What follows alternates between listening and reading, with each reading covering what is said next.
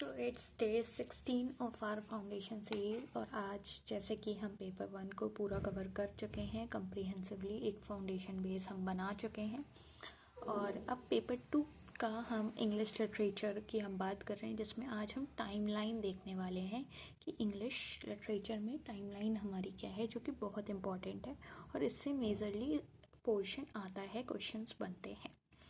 तो ये सबसे फाउंडेशनल चीज़ है। इससे पहले मैंने आपको बताया कि ट्रेजेडी क्या होती है, कॉमेडी क्या होती है, उसके पार्ट्स क्या होते हैं, उसके टाइप्स क्या होते हैं और पोइट्री कितने टाइप्स की होती है, ऑन डिफरेंट कैटेगरीज में हम उसको कैसे कैटेगराइज करते हैं, है ना।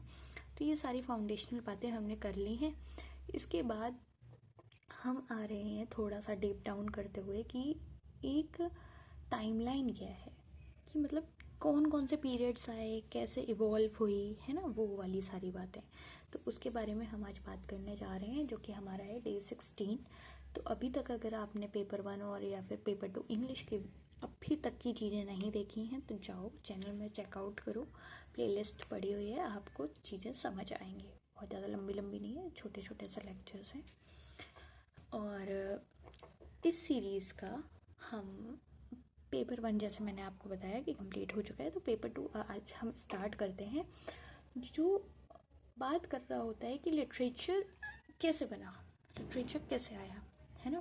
तो लिटरेचर हमेशा से क्या रहा, एक रिस्पॉन्स रहा to the world around it, कि जो भी आसपास हो रहा था उसको किसी न किसी ने रिटन फॉर्म में लिख दिया, उसका रिस्पॉन्स दिया, वो क्या बन गया, लिटरेचर। ठीक, जैसे कि वॉर हुआ तो वॉर होने के बाद जो भी ट्रॉमा हुआ वो आया, तो उसके बारे में जिन्हें लिख दिया वो क्या बन गया, लिटरेचर।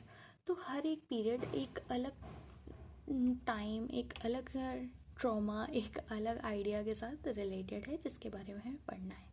अगर हम देखें तो हमारे पास है old English, then Middle English, then Elizabethan English, Elizabethan period, new classical, romantic, Victorian, modern, post modern और अब इंडियन इंग्लिश। ठीक, ये सारे पीरियड्स हैं जिनकी हम बात करेंगे, बहुत ही अच्छे से देखेंगे हम। PYQs भी हमारे पास, फ्लो चार्ट्स भी हैं, मैंने स्क्रिप्ट्स में बिल्कुल हम बेसिक से देखने वाले हैं, स्टार्ट करने वाले हैं।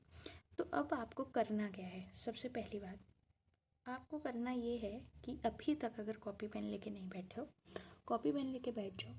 ये जितने भी पीरियड्स दिख रहे हैं, सब दिख रहे हैं, सारे याद हो जाएंगे, चिंता करने वाली बात नहीं है, बहुत आराम से समझ में आएंगे। बस करना क्या है कि जो जो मेन पॉइंट्स हम बता रहे हैं वो नोट करते रहो, और इस पूरी वीडियो को देखने के बाद एक बार बस ऐसे पॉज कर करके रिवाइज कर लेना, चीज़ें बिल्कुल पक्की हो जाएंगी, याद हो जाएंगी आपको, है ना, ऐसा वाला। तो बस ऐसे सबसे पहले ऐसा इमेजिन करो कि दुनिया चल रही है, सब चल रही है, ठीक है, कुछ हुआ, लेट्स से इस वॉर हुआ, या फिर अगर मैं बात करूं कि लोगों की जिनकी लव लाइफ अच्छी चल रही होती है तो उनकी वो रोमांटिक शायरीज निकलती हैं, जिनका दिल टूटा चल रहा होता है उनकी हार्ट ब्रोकन शायरीज निकल रही होती हैं, है ना। तो जो जिस चीज़ को रियलाइज़ कर रहा है, फील कर रहा है, एक्सपीरियंस कर रहा है और उसको लिख दे रहा है, उसको एक्सप्रेस कर दे रहा है in any form of art, है ना, तो वो क्या हो रहा है कि हमारा लिटरेचर है। अगर वो लिख के कर दे रहा है, अगर लिटरेरी डिवाइसेस यूज़ कर रहा है या कैसे भी कर रहा है, तो लिटरेचर बन जा रहा है ना। तो सबसे पहले अगर मैं बात करूँ कि इंग्लिश लिटरेचर की जर्नी क्या है ना, तो ओल्ड इंग्लिश सबसे पहले है, then Middle English, then Elizabethan, new classical, romantic, Victorian, modern, post modern और इंडियन इंग्लिश। आज मैं आपसे ये नहीं कहूँगी कि बहुत ज़्यादा एम्फेसाइज नहीं करूँगी कि हालांकि जो ये PDF है इसमें बहुत ही डिटेल्ड में चीज़ें हैं, बट मैं आपको बता रही हूँ ना कि मैं जितना ऊपर ऊपर का आज आपको पढ़ा रही हूँ, सिर्फ आपको वो पढ़ना है। ठीक, वो डिटेल्ड में चीज़ें इसलिए हैं जिससे आपको ये ना लगे कि ये तो आधा अधूरा बता रही हैं, है ना। तो बस आपको आज जितना मेन फाउंडेशन के लिए ज़रूरत है, आपकी फाउंडेशन बनाने के लिए ज़रूरत है, उतनी चीज़ें आपको बताई जाएंगी।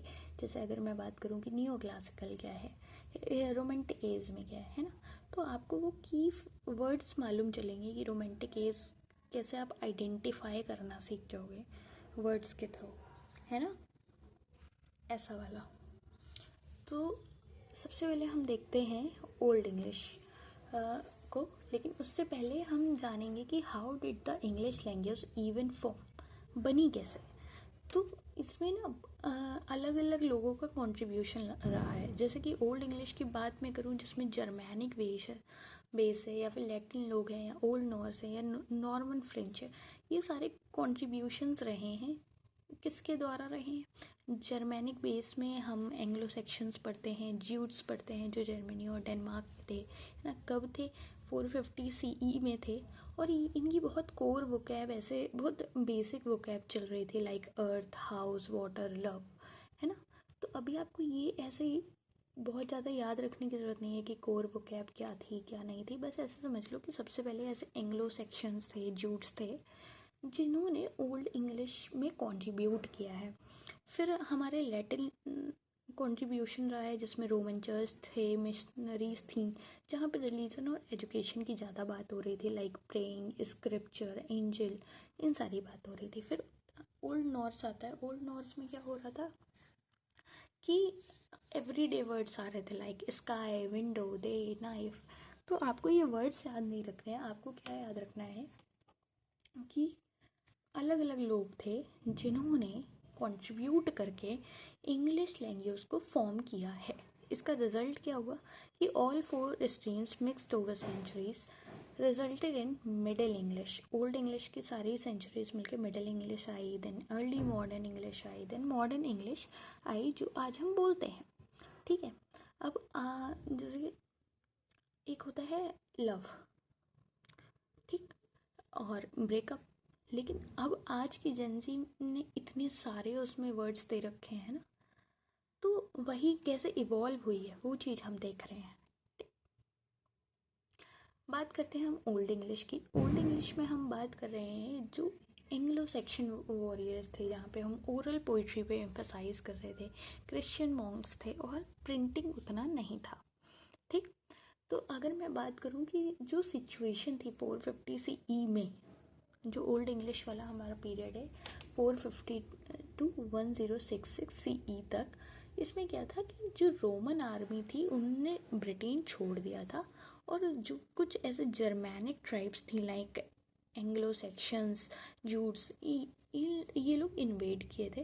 तो यहाँ पे राइटिंग नहीं थी, ओरल पोइट्री का ज़्यादा था। Oral poetry chanted in mead halls by scop, जिसको हम कहते हैं पोएट। तो अभी इतनी बात जान लो कि ओल्ड इंग्लिश हम डेप्थ में भी पढ़ेंगे, है ना। लेकिन अभी आपको क्या जानना है कि ओल्ड इंग्लिश में एंग्लो सेक्शंस आपको मेजरली याद रखने कि एंग्लो सेक्शंस थे, ज्यूट्स थे, जहाँ पे ओरल पोइट्री ज़्यादा थी इन कंपैरिजन टू राइटिंग। ठीक। इस पीरियड में हुआ क्या? इस पीरियड में ट्राइबल वारफेयर था, मिड हॉल लाइफ थी। इसमें क्या चीज़ें थी? Warriors needed heroic poetry to celebrate loyalty and bravery. वो लॉयल्टी और ब्रेवरी को सेलिब्रेट करने के लिए पोइट्री का यूज़ कर रहे थे। इसमें क्रिश्चियनिटी भी अराइव, मतलब क्रिश्चियनिटी भी आई है ना। मॉन्क्स लिखने लग गए थे, लैटिन लिटरेसी आई है इंग्लैंड में। ये सारी चीज़ें हुई हैं, लाइक वाइकिंग रेट्स, जिसमें फियर, एक्साइल, लॉस के बारे में हम ज़्यादा बात कर रहे हैं। हार्श क्लाइमेट की वजह से जो शॉर्ट लाइफ्स हैं, इसकी फेटलिस्टिक टोन में हम चीज़ें लिख रहे थे। तो इस पीरियड का मेजर इवेंट क्या है कि हीरोइक पोइट्री ज़्यादा यूज़ में आ रही थी to celebrate loyalty and bravery, और मॉन्क्स जो थे वो लिखना स्टार्ट कर चुके थे। ठीक, इतनी बात आई समझ में। लेकिन आपको याद क्या रखना है? याद ये रखना है कि इन सारी चीज़ों के चलते हुए, ये सारी जो सिचुएशन चल रही थी, इसके चलते हुए क्या हुआ, जो राइटर्स थे उन्होंने क्या किया, उन्होंने हीरोइक पोइट्री लिखी, जिसमें ये जो विवोल्फ आ रहा है इसको आपको बिल्कुल नहीं भूलना है। विवोल्फ क्या है? जिसमें हम मॉन्स्टर स्लेइंग, लॉयल्टी, फेट के बारे में बात कर रहे हैं। अब आपको मैं विवोल्फ का पूरा ऐसे कैरेक्टर बहुत डिटेल में अभी नहीं बताऊंगी, क्योंकि हम अभी फाउंडेशन बात कर रहे हैं। हम सिर्फ ये देख रहे हैं कि टाइमलाइन में क्या क्या, कौन सी टाइमलाइन में क्या चीज़ मेजर फैक्टर है। ठीक। मॉन्क्स ने कुछ चीज़ें लिखी जिनमें कैडमेंस हिम बहुत आता है। ये फर्स्ट नेम्ड इंग्लिश पोएम थी। ठीक। ये चेंट की जाती है ये देख रहे हो क्रिश्चियनिटी अराइव, तो वहाँ पे ये जो है कैडमन्स हिम, ये बहुत ज़्यादा देखी गई है, बहुत ज़्यादा फेमस है। ठीक, एल्गीज ऑफ लॉस में द वेंडर है, द सी फारर है, जिसमें एग्जाइल और लॉन्गिंग की बात हो रही है। अभी जो हम आगे सेशंस करेंगे, लाइक हम एडवांस सीरीज चलाएंगे, उसमें हम ये सारी चीज़ें डिटेल में बताएंगे कि द वॉन्डरर में क्या बात हो रही है, द सी फारर में क्या बात हो रही है, क्या करेक्टर्स हैं, क्या स्टोरी लाइन है ना, ये वाली चीज़ें। बट अभी तुमको क्या याद रखना है कि ओल्ड इंग्लिश में क्या है, वेवुल्फ पे मतलब हीरोइक पोइट्री, कैडमन्स हिम है, द वॉन्डरर द सी फारर भी बहुत अच्छी हैं, मतलब अगर आपने पढ़ी होंगी तो बहुत अच्छी बात है, अगर नहीं पढ़ी हैं तो अभी चिंता मत करो, सारी चीज़ें जानोगे। ओल्ड इंग्लिश में हमारे पास मैन्युस्क्रिप्ट्स हैं, जिससे हमको पता लगा कि हाँ हमारा लिटरेचर है जो जिंदा रहा है। ठीक, तो उसमें क्या हुआ कि these 4 manuscripts are all that survives of old English literature. इन 4 मैन्युस्क्रिप्ट्स के आप अभी नाम याद रख लो। ठीक, monks copied them, without them we would have nothing. अगर मॉन्क्स ये सब कॉपी नहीं करते तो हमारे पास कुछ नहीं होता। तो ये 4 मैन्युस्क्रिप्ट्स कौन कौन सी हैं जो मेजरली आपको याद रखनी है? एक है Cotton Vitellius, the Exeter book, the Vercelli book and the Junius manuscript. ठीक है, तो इसमें क्या है कि जो कॉटन विटेलियस है, इसमें आ रही है हमारी बेवुल्फ, जो ग्रेटेस्ट पोएम है ओल्ड इंग्लिश की। ठीक,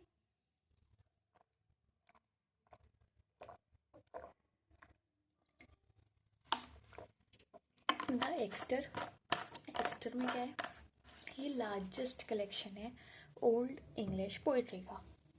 अब एग्जामिनर आपको कैसे फंसाएगा, आपने पढ़ लिया कि एक्स्टर लार्जेस्ट कलेक्शन है ओल्ड इंग्लिश पोइट्री का, तो आपको लगेगा कि बेवुल्फ भी उसमें आ रहा है, जबकि ऐसा नहीं है। तो ये वाला पॉइंट ऐसे आपको याद रखना है। तो अभी आपको कॉपी में कैसे लिखना है कि ओल्ड इंग्लिश पोइट्री है, उसमें 4 मैन्युस्क्रिप्ट्स हैं, जहाँ से हमें पता लग रहा है कि इंग्लिश लिटरेचर आ कहाँ से रहा है कैसा। ठीक, इसमें कौन कौन सी 4 मैन्युस्क्रिप्ट्स हैं? Cotton Vitellius, the Exeter book, the Vercelli book, the Junius manuscript. और इसमें क्या याद रखना है आपको? The Caedmon's hymn. ठीक, तो कॉटन विटेलियस में क्या है कि इसमें आपको क्या याद रखना है? वेवुल्फ। एक्चुअली बात ये है कि मेरे गले में हो गई है थोड़ी सी दिक्कत, जिसकी वजह से ज़्यादा बोलने पे दिक्कत हो रही है, तभी वीडियोस आगे पीछे हो रही है। कोई बात नहीं, we are trying to be consistent with the work, no matter whatever conditions are. Extra book क्या है? ये लार्जेस्ट कलेक्शन ऑफ पोइट्री है। वैसे जो बच्चे पहले वीडियोस देखते होंगे, देख रहे हैं, कौन कंसिस्टेंट है, वो जान रहे होंगे कि हमारी क्लासेस में बकवास नहीं होती है। उस काम का मटेरियल आपसे शेयर होता है, इसलिए शायद मैं अभी नहीं दिख रही हूँ। बस आपको काम की चीज़ पढ़ाने के लिए हम यहाँ बैठे हैं कि आप देखो, कीवर्ड्स जानो, है ना। तो अभी आपने क्या जाना कि 4 मैन्युस्क्रिप्ट्स हैं, Cotton Vitellius, the Exeter book, the Vercelli book, the Junius manuscript. ठीक, अब इसके अंदर मैंने जब 4 बार ये चीज़ें बोल दी हैं तो आपने पढ़ ही लिया होगा, है ना। नहीं पढ़ा है तो मैं बता देती हूँ। कॉटन विटेलियस में क्या याद रखना है? बेवुल्फ। मैं ये इतनी बार रिपीट क्यों कर रही हूँ? जिससे आपको याद हो जाए। याद क्यों करना है? क्योंकि ये इंपॉर्टेंट है। ठीक, कॉटन विटेलियस में क्या है? बेवुल्फ। एक्स्टर में क्या है? ये लार्जेस्ट कलेक्शन है किसका? पोइट्री का। किस में? ओल्ड इंग्लिश पोइट्री में। द वर्सेली बुक में क्या है? The dream of the rood. ठीक, जहाँ पे रिलीजियस होमलीज की बारे में बात ज़्यादा हो रही है। द जूनियस मैन्युस्क्रिप्ट जो बाइबलिकल पोएम्स को रख रही है, like genesis, exodus, Daniel, Christ और सेटन। ये अगर आप ये नहीं याद रख पा रहे हो, कोई बात नहीं, बस ये 4 मैन्युस्क्रिप्ट के नाम मत भूलना। ठीक, नहीं भूलोगे, मैंने इतनी बार बोल दिया है। इवन आई फील कि एक ही बात को क्यों रिपीट करना है बार बार। ठीक है, अब देखो कुछ की फीचर्स हैं ओल्ड इंग्लिश लिटरेचर के जो उसको यूनिक बनाते हैं, उसको अलग बनाते हैं। ठीक, अब क्विक एग्जांपल्स देख के आपको डरना नहीं है, आपको क्या समझना है कि एलिट्रेटिव वर्ड्स का ये यूज़ कर रहे हैं। एलिट्रेटिव वर्ड्स क्या होता है कि line bounds by same starting sound, not by rhyme. Same starting sound होगी, राइम नहीं होगी, ये क्या हो जाएगा एलिट्रेटिव वर्ड्स। एलिट्रेशन पढ़ा है ना, वैसे ही एलिट्रेटिव वर्ड्स। इसमें क्या है, एग्जाम्पल मैं आपको पढ़ाने लगूंगी तो आप डर जाओगे, इसलिए अभी बस इतना याद रखो कि एलिट्रेटिव वर्ड्स, क्योंकि अभी हमको बहुत ज़्यादा आगे तक पढ़ना है, तो आप शुरुआत में ही थक गए तो सब खराब हो जाएगा। छोड़ दूंगी मैं, कुछ नहीं पढ़ाऊंगी आपको सारा, उसकी चिंता मत करो, बट अभी जिस टाइम जो चीज़ जितनी फीड कराई जा रही है उस पर ध्यान दो, ठीक। क्योंकि मुझे मालूम है कि आपको करेला पहले खिलाना है कि फूल गोभी के पहले खिलानी है कि आलू भुजिया की पनीर पहले खिलाना है, समझ रहे हो। तो इसमें आपको क्या याद रखना है कि एलिट्रेटिव वर्ड्स क्या है, lines bound by same starting sound. Kenning क्या है, a two word poetic nickname for something, the most tested old English device. Like अगर मैं बात करूँ कि ये वेल रोड जो है वो सी के लिए यूज़ कर रहे हैं और वेटल ड्यू ब्लड के लिए, तो कैनिंग क्या है, एक दो वर्ड्स का ऐसा पोएटिक निकनेम जो किसी चीज़ के लिए यूज़ किया जा रहा है, ठीक। केजेरा क्या है, ये मैंने अभी पहले भी बताया था, एक strong pause in the middle of every line, her line के बीच में एक बहुत ज़्यादा स्ट्रॉन्ग पॉज लेना। वायलेट क्या है, फेथ जो इनएस्केपेबल है, फाइनल है, एंग्लो सेक्शन कॉन्सेप्ट की हम बात कर रहे हैं ओल्ड इंग्लिश पोइट्री में, ओल्ड इंग्लिश लिटरेचर में, है ना। ये क्या होता है, faith. Elegiac tone, mournful, nostalgic, lonely, loss of lord, hall या होम, किसी का लॉस हो जाना, कहीं पे मोurnफुल नॉस्टैल्जिक बात जो हम कर रहे हैं वो हो क्या हो गई एल्जिक टोन। जैसे मैंने आपको बताया द वेंडरर, द सीफारर, जो अभी आपके दिमाग में नहीं आ रहा है, अब आप ये भूल गए हैं कि ये कौन सी मैन्युस्क्रिप्ट में था, भूल गए ना। अगर नहीं भूले हैं तो बहुत अच्छी बात है, अगर आप भूल गए हैं तो कहाँ दिमाग है, दिमाग लगाओ, थोड़ा पीछे जाओ। अभी मैंने बताया है, नहीं बताया, बताओ। 4 मैन्युस्क्रिप्ट के नाम तो याद है ना, वो भी भूल गए। हाँ वही जो अभी मैंने 4 बार बोल के बताई। ये देखिए, largest collection of old English poetry, Exter book, जिसमें क्या है द वॉन्डरर, आया याद। बीच बीच में आपकी खबर लेते रहेंगे, इसलिए दिमाग लगा के पढ़िए। एल्गेरिक टोन हमने देख लिया।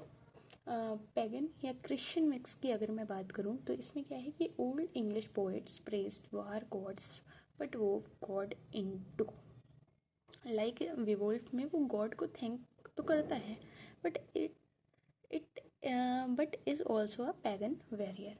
इसमें हम क्या कर रहे हैं कि प्रेज कर रहे हैं वॉर गॉड्स को, ठीक। अब हम बात क्या करेंगे, अब हम बात करेंगे मेजर राइटर्स एंड वर्क। जो मेजर राइटर्स हमको देखने हैं, मेजर राइटर्स हमको क्या देखने हैं, एक ये जो लिखा है स्कॉप, स्कॉप मतलब पोइट, ये एनोनिमस है, बट इसमें आपको क्या याद रखना है, Beowulf, the wanderer, the seafarer, the ruin, ठीक। ये 3 तो इम्पॉर्टेंट है ही हैं।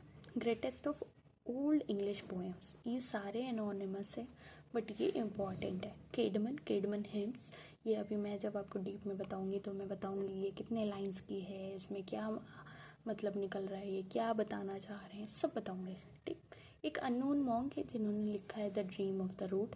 एक किंग एल्फ्रेड है, ठीक, किंग एल्फ्रेड द ग्रेट, जिन जो एंग्लो सेक्शन क्रॉनिकल और ट्रांसलेशंस ऑफ यूथ स्पीड इन सब से रिलेटेड हैं। इनके डिटेल में अभी नहीं बताऊंगी वरना आपका दिमाग ख़राब हो जाएगा अभी आपको बहुत भारी भारी लगने लगेगा, है ना। अभी जितना बताया जा रहा है उस पर ध्यान दो। तो कौन कौन से कीवर्ड्स हैं, देखो हर हर पीरियड के आपके लिए ये कीवर्ड्स अलग से हैं, जिससे जब आप रिवाइज़ करो ना तो ऐसे वीडियो पॉज करो, फिर याद करो कि एलिट्रेटिव वर्ड्स अच्छा ये होता है, कैनिंग अच्छा 2 वर्ड्स का वो होता है, कैजरा अच्छा स्ट्रॉन्ग पॉज होता है। एलिट्रेटिव जहाँ पे आपको सेम रिदम नहीं होती है, क्या होता है, सेम साउंड। ये फेथ हो गया, पोइट हो गया, मिड हॉल हो गया, एल्गेरिक टोन्स हो गए, कॉटन विटेलियस, कॉटन विटेलियस में कौन सा था, एक्स्टर बुक में क्या है, विवोल्फ क्या है। तो ये जो हैं चीज़ें, ये जो कीवर्ड्स हैं आपको ये नहीं भूलने हैं, ठीक है बेटा, इतनी बात समझ आ गई।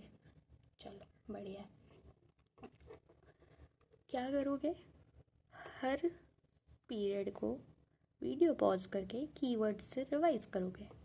ठीक, अब हम इसका PYQ देख लेते हैं जो मेरे बनाए हुए नहीं आए हुए हैं, जिससे आपको अंदाज़ रहे कि हम जो पढ़ रहे हैं वो क्यों पढ़ रहे हैं, वो आता भी है कि नहीं आता है। बच्चों को ये कन्फ्यूज़न बहुत होता है क्योंकि उनके अंदर ट्रस्ट इश्यूज इतने हैं। तो हमारे पास क्या है, द मैन्युस्क्रिप्ट कंटेनिंग विवोल्फ एस। अब ये तो आपको मैंने 4 बार बताया है, ये तो आपको मालूम है। विवोल्फ कौन किस में आ रहा है, कॉटन विटिलियस में, है ना। हाँ, तो आपको क्या याद रखना है, जो मैं आपको कह रही थी कि पोएम्स एक्स्टर में है, इसका मतलब ये नहीं कि विवोल्फ फ्यूसी में है। ठीक, the old English device whale road for sea is an example of, ये 2 वर्ड्स का एक है, क्या है, एक स्पेसिफिक वर्ड के लिए यूज़ कर रहे हैं, तो क्या हुआ, कैनिंग। आंसर आ रहा था ना अपने आप, नहीं आ रहा था तो आपको इनके मतलब सबके बताएं तो आप इसमें एलिमिनेशन भी कर सकते थे। अब हम आ जाते हैं अपने नेक्स्ट टाइप पे, जिसको हम बोल रहे हैं मिडिल इंग्लिश। मिडिल इंग्लिश में क्या है कि ये बहुत ही गेम चेंजर पीरियड रहा है। इसमें बैटल ऑफ हेस्टिंग्स जो 1066 में हुआ, जिसमें नॉर्मन्स कॉन्कर्ड इंग्लैंड और French became the language of power. ठीक, ओल्ड इंग्लिश अंडरग्राउंड चली गई और 200 साल के लिए करीबन ये आई, जिसने किया मिडिल इंग्लिश। और इस पीरियड्स में क्या चीज़ें हुई हैं, नॉर्मन कॉन्क्विस्ट हुई हैं, है ना, जहाँ पे फ्रेंच रूलिंग क्लास की तरह था और इंग्लिश पीजेंट्स थी, जिसमें क्लास वॉर इन लैंग्वेज। ठीक, ब्लैक डेथ आई है, चर्च पावर है, करप्शन है, क्रूसेड्स, शिवेलरी, प्रिंटिंग प्रेस, ये सारी चीज़ें आई हैं, है ना। और पढ़ने वाले अब यहाँ प्रोनाउंसिएशन में भी गलती निकालेंगे कि जब मैडम बोल ही ऐसा नहीं है तो पढ़ाएंगे क्या। बट बेटा अंतर तुम अभी नहीं समझ पाओगे, है ना। अभी आपको क्या समझना है कि मिडिल इंग्लिश में क्या है, नॉर्मन कॉन्क्वेस्ट है, ये सारी चीज़ें हैं, ये कुछ हिस्टोरिकल ट्रिगर्स थे जिसकी वजह से चेंजेस आए हैं। तो इसके रिस्पॉन्स में क्या चीज़ें हुई, लैंग्वेज हाइब्रिड हो गई, इसमें फ्रेंच और ओल्ड इंग्लिश मिक्स हो गई, जिससे बनी मिडिल इंग्लिश। और मिडिल इंग्लिश में क्या लिखा हुआ है, चौसर। ठीक, Chaucer writes in it. Mortality themes आ गई हर जगह, लाइक एवरी मैन, प्यास, प्लोमिन, जिसमें हम बात कर रहे थे what happens when we die, जब हम मर जाते हैं तो क्या होता है। Satire of clergy, Arthurian romances और print standardises English. Printing press आ गई हमारी 1476 में, है ना। तो मैंने स्क्रिप्ट एरा ख़त्म हो गई, हर जगह बुक्स आ गई सबके लिए, तो इंग्लिश क्या हो गई, स्टैंडर्डाइज्ड हो गई। ठीक, इतनी बात याद रखोगे। मिडिल इंग्लिश में क्या हुआ है, नॉर्मन कॉन्क्वेस्ट हुआ है, चौसर याद रखना है, कैंटरबरी टेल्स याद रखना है, ये सारे डिटेल्स में हम पढ़ाएंगे बट आज नहीं, आज जो ज़रूरी है वो बताएंगे। ठीक, अब हम बात करें कि अब हमने देख लिया कि इसमें प्रिंट हुआ, ये सारी चीज़ें आई। पीरियड क्या फीचर कर रहा है, पीरियड के मेन फीचर्स क्या हैं, तो इसमें फ्रेम नैरेटिव आ गया। मिडिल इंग्लिश में कितनी बात याद रखोगे कि एक लड़ाई हुई थी, बैटल ऑफ हेस्टिंग्स, जिसके बाद चीज़ें बदली, और बदलने के बाद क्या हुआ कि ऐसा रेवोल्यूशन आया कि 200 साल के लिए करीबन मिडिल इंग्लिश का पीरियड रहा है, जिसमें जो लैंग्वेज थी वो हाइब्रिड हो गई, फ्रेंच और ओल्ड इंग्लिश मिल गई, मिडिल इंग्लिश बन गई, जिसमें चौसर है, मॉर्टेलिटी के थीम्स आ गए, सटायर ऑफ क्लर्जी आ गया, ये सारी चीज़ें आ गई। अब देखो, अभी तक हमने स्लो चल रहे थे, अब हम थोड़ा थोड़ा स्पीड पकड़ेंगे।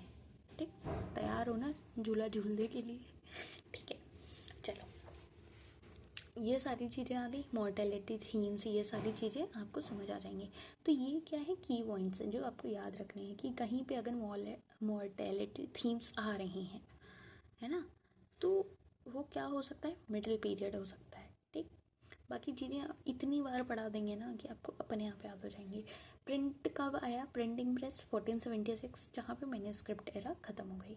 पीरियड के फीचर्स क्या हैं कि फ्रेम नैरेटिव है, एक स्टोरी के अंदर स्टोरी है, story with in story, one big situation frames और मल्टीपल स्मॉल टेल्स, जिसमें हम आ रही है चौसर्स कैंटरबरी टेल्स, जिसमें एक पिलग्रिमेज की बात हो रही है और अलग अलग कैरेक्टर्स की उसमें हमें स्टोरीज बताई हुई हैं। एक पिलग्रिमेज है कैंटरबरी टेल्स, ठीक है, एक वो मेन फ्रेम है और उसके अंदर और भी छोटी छोटी स्टोरीज हैं। तो वो क्या हो गया, फ्रेम नैरेटिव।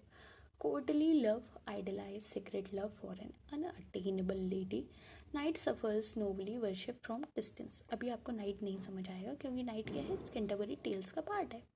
तो आपको क्या याद रखना है, ये की टेक्स्ट है जो अभी आपको हो सकता है नहीं समझ आए, बट आपको ये अगेन आई एम सेइंग कि क्या याद रखना है, फ्रेम नैरेटिव एक स्टोरी के अंदर स्टोरी, कोर्टली लव किसी आइडलाइज्ड या secret love for an unattainable lady. Fablio is like comic, wafty, lower class tale involving sex and trickery. ये बहुत ज़्यादा पॉपुलर थी, जहाँ पे हम लोअर क्लास टेल्स को सेक्स के साथ बात कर रहे थे, ट्रिकरी के साथ, like miller's tale, reeve tale, ठीक। एलेग्री क्या है, जहाँ पे characters is equal to abstract ideas like death walks on stage. और एवरी मैन में हम ये देख रहे थे कि every human's soul before God, ठीक। अभी क्योंकि मैंने आपको ये एवरीमैन हो गया या फिर पायस फ्लोमेने ये सारे नहीं पढ़ाए हैं, तो आपको क्या याद रखना है कि जहाँ पे हम कैरेक्टर्स को as an abstract ideas use कर रहे होंगे वहाँ क्या होगा, एलेग्री। ये मैंने आपको बताया था, एवरीमैन पायस फ्लोमेन। इसमें क्या है कि what happens when we die, जब हम मर जाते हैं। देखो, दिस PDF हैव एवरीथिंग, मतलब आपको ये नहीं लगेगा कि ये नहीं पढ़ाया। अब इसके लिए आपको पहले एवरीमैन पूरा पढ़ने की ज़रूरत है। आपको आइडिया दे दिया कि जब हम मर जाते हैं तो क्या होता है, मॉर्टेलिटी थीम्स की बात हो रही है, तो वहाँ पे क्या आ रहा है, एलेग्री। ड्रीम विजन आ रहा है, narrator falls asleep, dreams a moral spiritual message. Dreams जो है एक मॉरल स्पिरिचुअल मैसेज बन जा रहे हैं, allows abstract topic in poetry, ठीक। Morality play again Everyman Mankind, जिसमें क्या है, drama with personified virtues and vices fighting for a man's soul, theatre as a sermon. Morality play अभी हमने इतनी सारी बात की है। Mystery play, alliterative revival. Alliterative revival क्या है, 14th century northern poets revived old English alliteration. Old English alliteration अभी हमने देखा, एलिट्रेटिवर्स उसको रिवाइव कर रहे थे, तो वो क्या हो रहा था, एलिट्रेटिव रिवाइवल, जिसमें हम बात कर रहे हैं पियर्स प्लोमेन, ठीक। Mystery play, biological stories performed on wheeled cards on feast days. Feast days पे जो भी स्टोरीज हमारी व्हील्ड कार्ड्स पे परफॉर्म की जा रही थी वो क्या हो रही थी, मिस्ट्री प्ले, ठीक।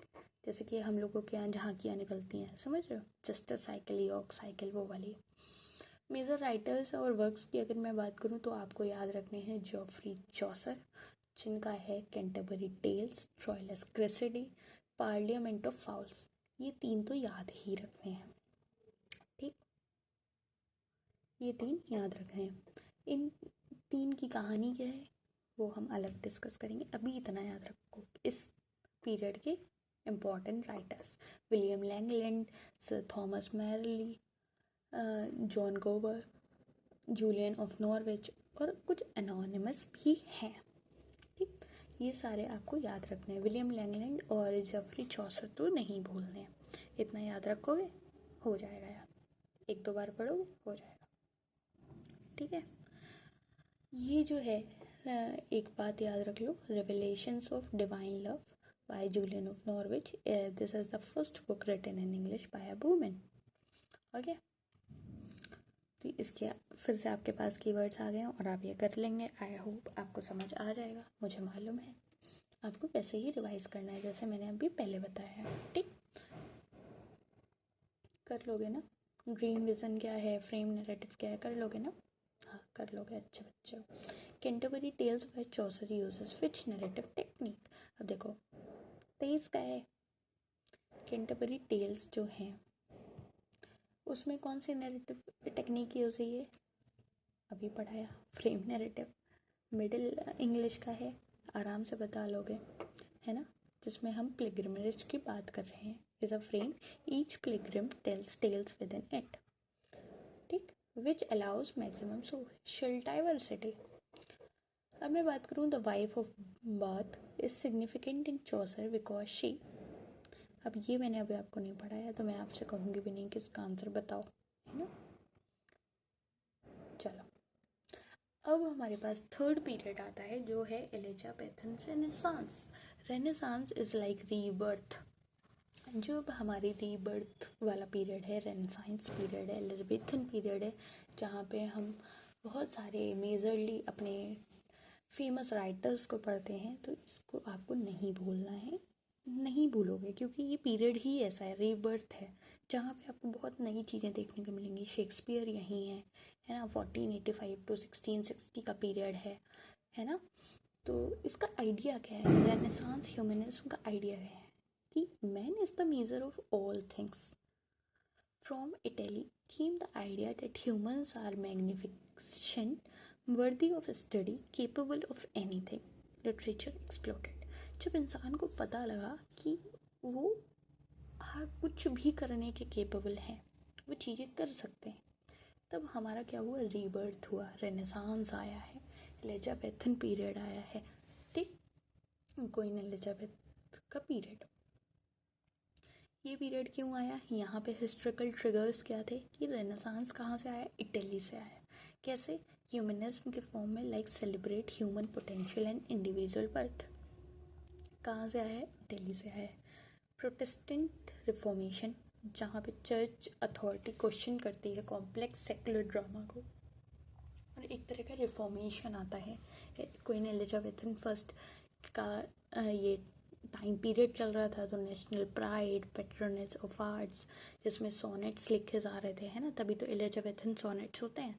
अब सोनेट्स अगर नहीं मालूम है बेटा, तो ये जब हम आपकी बेसिक क्लास ले रहे थे, पोइट्री वाली, ड्रामा वाली, ट्रेजिक कॉमेडी वाली, तब आप कहाँ थे बताइए। अभी भी इस वीडियो को रोक दीजिए, क्योंकि वरना आगे चीज़ें समझ नहीं आएंगी, पहले वो समझिए जाके। अगर आप अच्छे से तैयारी करना चाहते हैं तो you should follow that playlist that is live on channel. ठीक, एलिजाबेथ पीरियड चल रहा था, तो national pride, patronage of art, sonnets, masque और पोइट्री, ये सारी बात हमारी चल रही थी। न्यू वर्ल्ड डिस्कवरीज हो रही थी, like boundless horizons, theme of overreacher, Marlowe का जो था। ठीक, जैकोबियन एरा आई 1603 के बाद। एलिजाबेथन में, एलिजाबेथ और या फिर रेनेसांस में जैकोबियन एरा भी आई है, जहाँ पे एंजाइटी, इंस्टेबिलिटी की बात हो रही थी, और वेबस्टर बात कर रहे थे डार्क रिवेंज ट्रेजेडी है। अच्छा, अब हम बात ये कर पहले समझते हैं कि ओल्ड इंग्लिश पोइट्री में हमारी मैन्युस्क्रिप्ट्स थी, जितनी भी पुरानी चीज़ें थी, कितनी मैन्युस्क्रिप्ट्स थी, 4। ठीक, कौन कौन सी, कमेंट डाउन, वीडियो पॉज करो, कमेंट करो और खुद रियलाइज़ करो आपको कितनी चीज़ें याद रह रही। ठीक, ओल्ड इंग्लिश समझ आ गया। मिडिल इंग्लिश में क्या था कि थोड़ा सा लड़ाई हुई, झगड़े हुए, चीज़ें बदली, लोगों को समझ आया कि अच्छा ये, अच्छा वो, तो उन्होंने फ्रेम नैरेटिव यूज़ किया, एलेग्री यूज़ किया, वो सारी चीज़ें यूज़ करें। ठीक, कौन आया, जेफरी चौसर आए। फिर कौन आए, रेनेसांस आया। रेनेसांस कहाँ से कब तक आया, 1485 से 1660 तक, जिसमें शेक्सपियर आए हैं, अभी हम उनकी बात करेंगे। लेकिन इसमें हिस्टोरिकल ट्रिगर्स थे, क्या थे, ऐसी चीज़ें क्या हुई। तो सबसे पहले क्वीन एलिजाबेथ वन का राज था, national pride, patronage of art, sonnets, इनकी सारी बात चल ही रही थी, वर्ल्ड डिस्कवरीज हो ही रही थी, जैकोबियन एरा भी आ गई थी 1603 के बाद। रेनेसांस कहाँ से आया था, इटली से आया था। कैसे आया था, ह्यूमनिज्म में, कि वो ह्यूमन पोटेंशियल को सेलिब्रेट कर रहे थे, इंडिविजुअल वर्थ को सेलिब्रेट कर रहे थे। प्रोटेस्टेंट रिफॉर्मेशन में क्या हो रहा था कि चर्च अथॉरिटी क्वेश्चन कर रही थी कॉम्प्लेक्स सेकुलर ड्रामा को। ठीक, अब राइटर्स ने इसके रिस्पॉन्स में क्या किया, राइटर्स ने क्या करना चाहा, तो राइटर्स ने ये करना चाहा कि शेक्सपियर ने लिखा, ऊपर रखा साइकोलॉजी को रेदर देन मॉरलिटी। मॉरलिटी हम अभी किस में देख रहे थे, मिडिल इंग्लिश में। शेक्सपियर ने आके क्या किया, आगे रख दिया साइकोलॉजी को in comparison to morality. Humans are more complex, ये बात कर दी, ब्लैंक वर्स ले आए। कब लाए, रेनेसांस में लाए। ठीक, Marlowe and Shakespeare replace rhyme with natural rhythm. Sonnet sequence craze बढ़ गया, लाइक सिडनी, स्पेंसर, शेक्सपियर, इन सब के 154 सोनेट्स टाइप ही है ना। शेक्सपियर के तो इतने सारे सोनेट्स हैं। Overreacher as a hero like Doctor Faustus sells soul to know everything, है ना। तो वहाँ पे क्वेश्चनिंग हो गई कि एम्बिशन क्या सिन होता है ना। ओवर रीचर एज हीरो, क्योंकि हम क्या कर रहे थे, ह्यूमन पोटेंशियल को सेलिब्रेट कर रहे थे। तो हम ये सारी चीज़ें राइटर्स ने इन रिस्पॉन्स दिया है। डार्क ट्रेजेडीज डोमिनेट करने लगी टाइप लाइक डचेस ऑफ मालफी या ब्लड करप्शन, मॉरल डिके, जिसमें बात हो रही है। ठीक, इतना समझ आ गया, आया ना। अब इसकी कुछ खास बात, इस पीरियड की खास बात क्या है कि इसमें ब्लैंक वर्स है। आई वॉज थिंकिंग कि इसको 2 पार्ट्स में करते हैं, बट आई थिंक ये 1 पार्ट में ही ठीक रहेगी, जिससे बच्चा एक बार में पूरी बात समझ पाए। तो ब्लैंक वर्स में आपको क्या याद रखना है कि अनराइम्ड आयमिक पेंटामीटर होगा, जिसमें नेचुरल रिदम होगी इंग्लिश स्पीच की। तो सारे शेक्सपियर प्लेस या मार्लस, टेम्बरलिन, ये सब क्या है, ब्लैंक वर्स में लिखे हुए हैं। अब आपको अगर ये डा डम नहीं समझ आ रहा है, आयम्बिक पेंटामीटर नहीं समझ में आ रहा है, बेटा प्लीज़, हर चीज़ अगर मैं एक वीडियो में कवर करने लगूंगी तो मैराथन लग जाएगी, है ना। तो वो वाली वीडियो आप देखो तो एक बार। शेक्सपियरियन सोनेट भी हमने बात की है कि 14 लाइंस के होते हैं, जिसमें 3 क्वार्टरेंस होते हैं, एक क्लोजिंग कपलेट होता है। ये सारी चीज़ें हमने बहुत अच्छे से कवर की हुई हैं, बहुत डिटेल में। अगर आपको आती हैं तो that's very good, you can go through this only, है ना, आपका रिवाइज होता रहेगा। शेक्सपियरियन सोनेट्स में क्या है, 14 लाइन्स हैं, जिसमें 3 क्वार्टरेंस हैं। अगर आप बिल्कुल नए हो दैट, तो मैं आपसे बोल रही हूँ, कपलेट क्या कर रहा है, रिजॉल्व कर रहा है उस बात को, like it has the rhyming scheme A B C D E F. ठीक, शेक्सपियर के जितने जो सोनेट्स हैं वो ऐसे ही हैं मोस्टली, 14 लाइन्स, है ना, जिसमें 3 क्वार्टरेंस है, एक क्लोजिंग कपलेट है। पेट्रार्कन सोनेट्स क्या है, इसमें भी 14 लाइन्स हैं, बट इसमें पहले क्या है, ऑक्टेव, ए बी बी ए। ठीक, फिर है सिस्टेट, तो इसमें क्या लाइन चल रही होती है, क्या रिदम चल रही होती है कि प्रॉब्लम बताई जाएगी पहले, फिर उसको रिजॉल्व कर दिया जाएगा। प्रॉब्लम ऑक्टेव में बताई जाएगी, रिजॉल्व कहाँ हो रहा होगा, सिस्टेट में। यह कहाँ से आया, इटालियन ट्रेडिशन से आया है। ठीक, ट्रेजिक हीरो क्या है, एक ऐसा person, a great person falls due to one fatal flaw that is called hamartia. अब हमर्शिया एक बहुत इम्पॉर्टेंट टर्म है, अगर आप नए नहीं हो तो आप जान रहे होगे, है ना। हमर्शिया क्या है कि एक इंसान अपने फेटल फ्लॉ की वजह से गिर जा रहा है। ठीक, वी फील पिटी, टेरर, ये क्या है, कैथारसिस, ये एरिस्टोटल का कॉन्सेप्ट है। अभी आप इतना याद रखो कि ट्रेजिक हीरो क्या है कि एक इंसान, एक हीरो जिसके साथ ट्रेजिक कुछ हो जा रहा है, फेटल फ्लॉ कुछ हो जा रहा है। ठीक, जिसे हम कह रहे हैं हमर्शिया क्या है, फेटल फ्लॉ। मेटाफिजिकल कॉन्सेप्ट क्या है, a shocking extended intellectual metaphor, ऐसा शॉकिंग, ऐसा एक्सटेंडेड इंटेलेक्चुअल मेटाफर जो हम यूज़ कर रहे हैं, like John Donne compares lovers to a compass. मतलब हम सोच भी नहीं सकते कि लवर्स कंपास से हम मेटाफोरिकली हम उसको कंपेयर कर दे रहे हैं, but John Donne did it. तो ये क्या है, मेटाफिजिकल कॉन्सेप्ट। तो जॉन डन को एज अ मेटाफिजिकल पोइट भी बहुत इस पे लिखने को आता है। अगर आप MA BA में लिखें तो आप जान ही रहे होंगे, है ना। कॉमेडी ऑफ ह्यूमर्स की अगर मैं बात करूँ तो बेन जॉनसन कहीं पीछे नहीं रहेंगे। Comedy of humours, revenge tragedy, again सबसे पहले जो मैंने आपको पढ़ाया है, यही पढ़ाया फाउंडेशन में जब मैं आपको टाइप्स बता रही थी। बेन जॉनसन में क्या है, each character dominated by one humour. Comedy of humour है तो सीधी सी बात है, ह्यूमर को हम ऊपर रखेंगे, है ना। रिवेंज ट्रेजेडी में डार्क प्लेस आ रहे हैं, मर्डर, घोस्ट, कोर्ट, करप्शन, ये सारी चीज़ें हो रही हैं। मेजर राइटर वर्क की बात करूँ तो विलियम शेक्सपियर हैं, क्रिस्टोफर मार्लो हैं, एडमंड स्पेंसर हैं, जॉन डन हैं, फिलिप सिडनी हैं, बेन जॉनसन हैं। ये आपको याद ही रखने हैं। विलियम शेक्सपियर के आपको मालूम है Hamlet, Macbeth, King Lear, Othello, the Tempest, यह 154 सोनेट्स। अब मेरे को ये बताओ कि आपने विलियम शेक्सपियर के कौन कौन से वर्क्स पढ़ रखे हैं, कमेंट डाउन मार लो। डॉक्टर फास्टस, टेम्बरलिन, ये फिलिप सिडनी आपने ये पढ़ा होगा। एस्ट्रोफिल और स्टेला पढ़ा है। डिफेंस ऑफ पोएजी तो पढ़ा ही होगा I think. Edmund Spenser, the Faerie Queene, ठीक।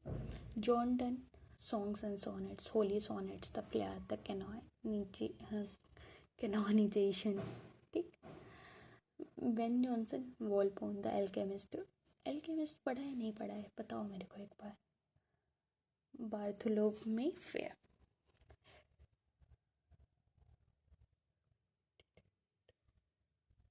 इसके कीवर्ड्स फिर से बताऊं? नहीं है ना ज़रूरत, कर लोगे ना। ब्लैंक वर्स क्या होता है, चलो सोचो। आइम्बिक पेंटामीटर क्या होता है, कैथारसिस क्या होता है, हमर्शिया क्या होता है। कुछ आ रहा है, रिवाइंड हो रहा है, अगर हो रहा है तो आपका पढ़ने का फ़ायदा हो रहा है, वरना नहीं हो रहा है, टू बी वेरी फ्रैंक। अगर मैं बात करूँ PYQs की, तो 2 PYQ हैं आपके पास जो आप आराम से कर ले रहे होंगे। मेटाफिजिकल पोइट किसके लिए क्रिटिकली यूज़ हुआ है तो हम जान रहे हैं, सैमुअल जॉनसन। एक मिनट, किसने सबसे पहले यूज़ किया है ये अभी मैंने आपको बताया नहीं, तो मैं आपसे उम्मीद कर नहीं सकती, लेकिन अगर आपकी पुरानी नॉलेज है और आपको ये पता है तो बहुत अच्छी बात है। Which play is not by Christopher Marlowe, Tamburlaine, doctor Faustus, the alchemist या एडवर्ड सेकंड। द एल्केमिस्ट अभी मैंने आपको हाईलाइट करके बताया कि ये तो पढ़ा ही होगा, तो किसने दिया था? बेन जॉनसन ने। ये देखो क्यों हाईलाइट कर रही हूँ मैं, ऐसे थोड़ी, मैं इसमें से कुछ और तो भी हाईलाइट कर सकती थी, क्यों नहीं किया। अब मैं आपसे फिलिप सिडनी की बात करूँगी तो डिफेंस ऑफ पोएजी करूँगी हाईलाइट, समझ रहे हो? तो हर एक हाईलाइट करने का भी मतलब है जो आपको समझना है। ये देखो, alchemist is by Ben Jonson, ठीक। और मज़े की बात क्या है कि एल्केमिस्ट 1610 में लिखा है और तब मार्लो थे भी नहीं। मेटाफिजिकल पोइट किसने क्रिटिकली यूज़ किया है पहली बार? तो सैमुअल जॉनसन ने किया है, जिन्हें हम लाइव्स ऑफ पोइट्स के नाम से भी जानते हैं। Dryden first use metaphysics loosely but Johnson quite metaphysical poets as a critical category. Eliot revived their reputation in 1921. अब हम आ गए हैं 4th पीरियड पे, जो है हमारा न्यू क्लासिकल पीरियड। और इन केस आपको लग रहा है कि मैं बहुत आराम से पढ़ा रही हूँ, तो आपके पास 2x वाला ऑप्शन है, आई नो आप वो यूज़ करोगे ही, है ना, क्योंकि I am low on energy, still I want to teach you, that's why I am here. I am not, I don't want to show, but the thing is, I just want to know. I just want कि आपको पता हो कि इस सब का reason क्या है। न्यू क्लासिकल पीरियड की अगर मैं बात करूँ तो ये इसमें हमारा है रेस्टोरेशन पीरियड, जहाँ reason, satire, Pope, Swift, coffee houses, the novel, ये सारी बात हम करने वाले हैं। तो सोचो एक ऐसा पीरियड जहाँ पे रीबर्थ हो चुकी है, किस में हो चुकी है? रेनेसांस में हो चुकी है। अब उस सब के बाद, उतना ज़्यादा क्योस के बाद, सिविल वॉर के बाद, राइटर्स ने क्या चाहा कि अब हम कुछ ऐसा लिखें जिसमें एनलाइटमेंट आ रहा हो, लोग कुछ जान रहे हो, है ना। जो विट है, अभी तक हम जिस विट की बात कर रहे थे वो रिप्लेस हो गया पैशन से। Coffee houses became centre of debate, लोगों का सेंटर ऑफ डिबेट क्या बन गया? Coffee houses. After the chaos of civil war, writers turned to ancient Rome for order and rationality. ये पीरियड क्यों आया? इसमें क्या ऐसे ट्रिगर्स हुए? तो क्या सबसे पहले रीज़न मानो कि रेस्टोरेशन ऑफ चार्ल्स सेकेंड 1660 में चार्ल्स सेकेंड का रेस्टोरेशन हुआ, जिसमें पुरिशन रूल एंड हुआ, थिएटर्स रीओपन हो गए, विट और कॉमेडी वापस आ गए, ठीक। अब आप कहोगे थिएटर बंद कब हुए थे जो आप बता रहे हो कि रीओपन हो गए? बेटा मैं उतना डिटेल में नहीं पढ़ा रही हूँ, बट हाँ मैं आपको बस ऐसे की हाईलाइट दे रहे हैं। बाकी मैं पढ़ाऊँगी सारा, थोड़ा सा भरोसा रखो। और मैं, अगर आपको कन्फ्यूज़न हो रहा है कि ये कब तक ऐसा चलेगा, तो मैं आपको बता दूँ फेब लास्ट तक आपका ये इंग्लिश का फाउंडेशन वाला भी हम क्लोज़ कर देंगे, मतलब कंप्लीट कर देंगे। और होली बाद में भी, होली बाद जो हमारा टाइम आ रहा है मार्च और अप्रैल, आप अपने 50 दिन दे दो मुझे और खुद चेंज देख लेना। इससे भी ज़्यादा डिटेल में चीज़ें होंगी, तब आपका कोई भी सवाल नहीं रह जाएगा कि आपने ये कब पढ़ा है, ये नहीं पढ़ा है। ठीक है, अपने 50 दिन वो बचा के रखना मेरे लिए और अपने लिए, अपनी भलाई के लिए। ठीक। तो रेस्टोरेशन ऑफ चार्ल्स सेकंड में क्या है कि पुरिशन रूल एंड हुआ है, थिएटर्स वापस से खुल गए हैं, वहाँ वेट और कॉमेडी वापस से आ गई है। इससे पहले कॉमेडी कहाँ थी, ज़रा ये सोचना एक बार। देखो, इस पूरी चीज़ को मैं, अगर आप मेरा चैनल देख रहे हो, तो मैं इस पूरी जो ये 22 पन्ने की पीरियड है, PDF है, मेरे लिए कोई बड़ी बात नहीं है कि मैं आपको ये आधे घंटे में निपटा दूँ। बट अगर मैं इतना स्लो पढ़ा रही हूँ, तो क्यों पढ़ा रही हूँ कि बच्चे को ये सारी चीज़ें दिमाग में बेस बन के बैठ जाए, जिससे जब मैं आपको डीप डाइव कराऊँ चीज़ों में, तब आपको लगे कि हाँ, हमें अंदर से कुछ आता है। रेस्टोरेशन एज में क्या हो रहा है, चार्ल्स सेकंड का रेस्टोरेशन हुआ है, पुरिशन रूल एंड हो गया है, थिएटर्स रीओपन हो गए हैं, एनलाइटमेंट की एज आ गई है जहाँ पे रीजन, साइंस और लॉजिक को सुप्रीम माना जा रहा है, और राइज ऑफ मिडिल क्लास है, मर्चेंट्स वांट रियलिस्टिक स्टोरीज, जहाँ पे नॉवल आते हैं। कॉफ़ी हाउसेस ऐसे इंटरनेट काम कर रहे हैं, जहाँ लिटरेरी डिबेट्स हो रहे हैं, ऐसे पैम्पलेट्स, ये सारी चीज़ें। लाइक हम इसमें जो राइटर्स देख रहे हैं, एडिसन देख रहे हैं, स्टील देख रहे हैं, जिन्होंने जर्नलिज्म को इन्वेंट किया। विक वर्सेस टोरी पॉलिटिक्स चली है, जहाँ राइटर्स वेपनाइज कर रहे हैं सटायर को, और पोप, स्विफ्ट, ड्राइडन, सारे पॉलिटिकल हैं। हम इन सब के बारे में पढ़ेंगे, आराम से पढ़ेंगे। What writers stayed in response, comedy of manners आ जाता है। अगेन अब मैं आपसे कहूँगी आपने कॉमेडी ऑफ मैनर अब तक देखा नहीं है, और आप कहोगे आपने पढ़ाया नहीं है, तो बेटा मैंने पढ़ाया हुआ है, आप देखो जाके एक बार। इसमें कॉन्क्रीव की बात कर रहे हैं हम, वेल्स्ट्रे की बात कर रहे हैं, जिसमें हम विटी अर्बन रेस्टोरेशन ड्रामा बहुत बात कर रहे हैं। कॉमेडी ऑफ मैनर्स में हीरोइक कपलेट्स डोमिनेट कर रहे हैं, हीरोइक कपलेट्स, जहाँ पे हम कोई भी हीरोइक जो भी उनकी ब्रेवरी है उसके बारे में बात कर रहे हैं, है ना। Pope turns reasons into poetry, two perfect rhyming lines. Realist prose fiction आया है, जहाँ पे हम देख रहे हैं रॉबिन्सन क्रूज, जहाँ पे journalist dressed as novel. The ऐसे फॉर्म इन्वेंटेड, ऐसे फॉर्म आया है, जहाँ स्पेक्टेटर ऐसे आया है 1771 में, जो शॉर्ट था, पॉलिश था, prose on everyday life. Satire becomes high art, जहाँ पे Swift modest proposal, Pope's Dunciad, irony as weapon. अगर मैं आपको ये हवा में पढ़ के सलाह दे रही हूँ, तो इसका मतलब है कि अब भी आपको इसकी ज़रूरत नहीं है। आपको कितना जानना है कि रेस्टोरेशन एज में, नियो क्लासिकल पीरियड में रेस्टोरेशन आई, चार्ल्स सेकंड का रेस्टोरेशन हुआ 1660 में, तब से चली है। क्या हुआ है, एनलाइटमेंट आया है, मिडिल क्लास में राइज आया है, कॉफ़ी डिबेट्स चले हैं।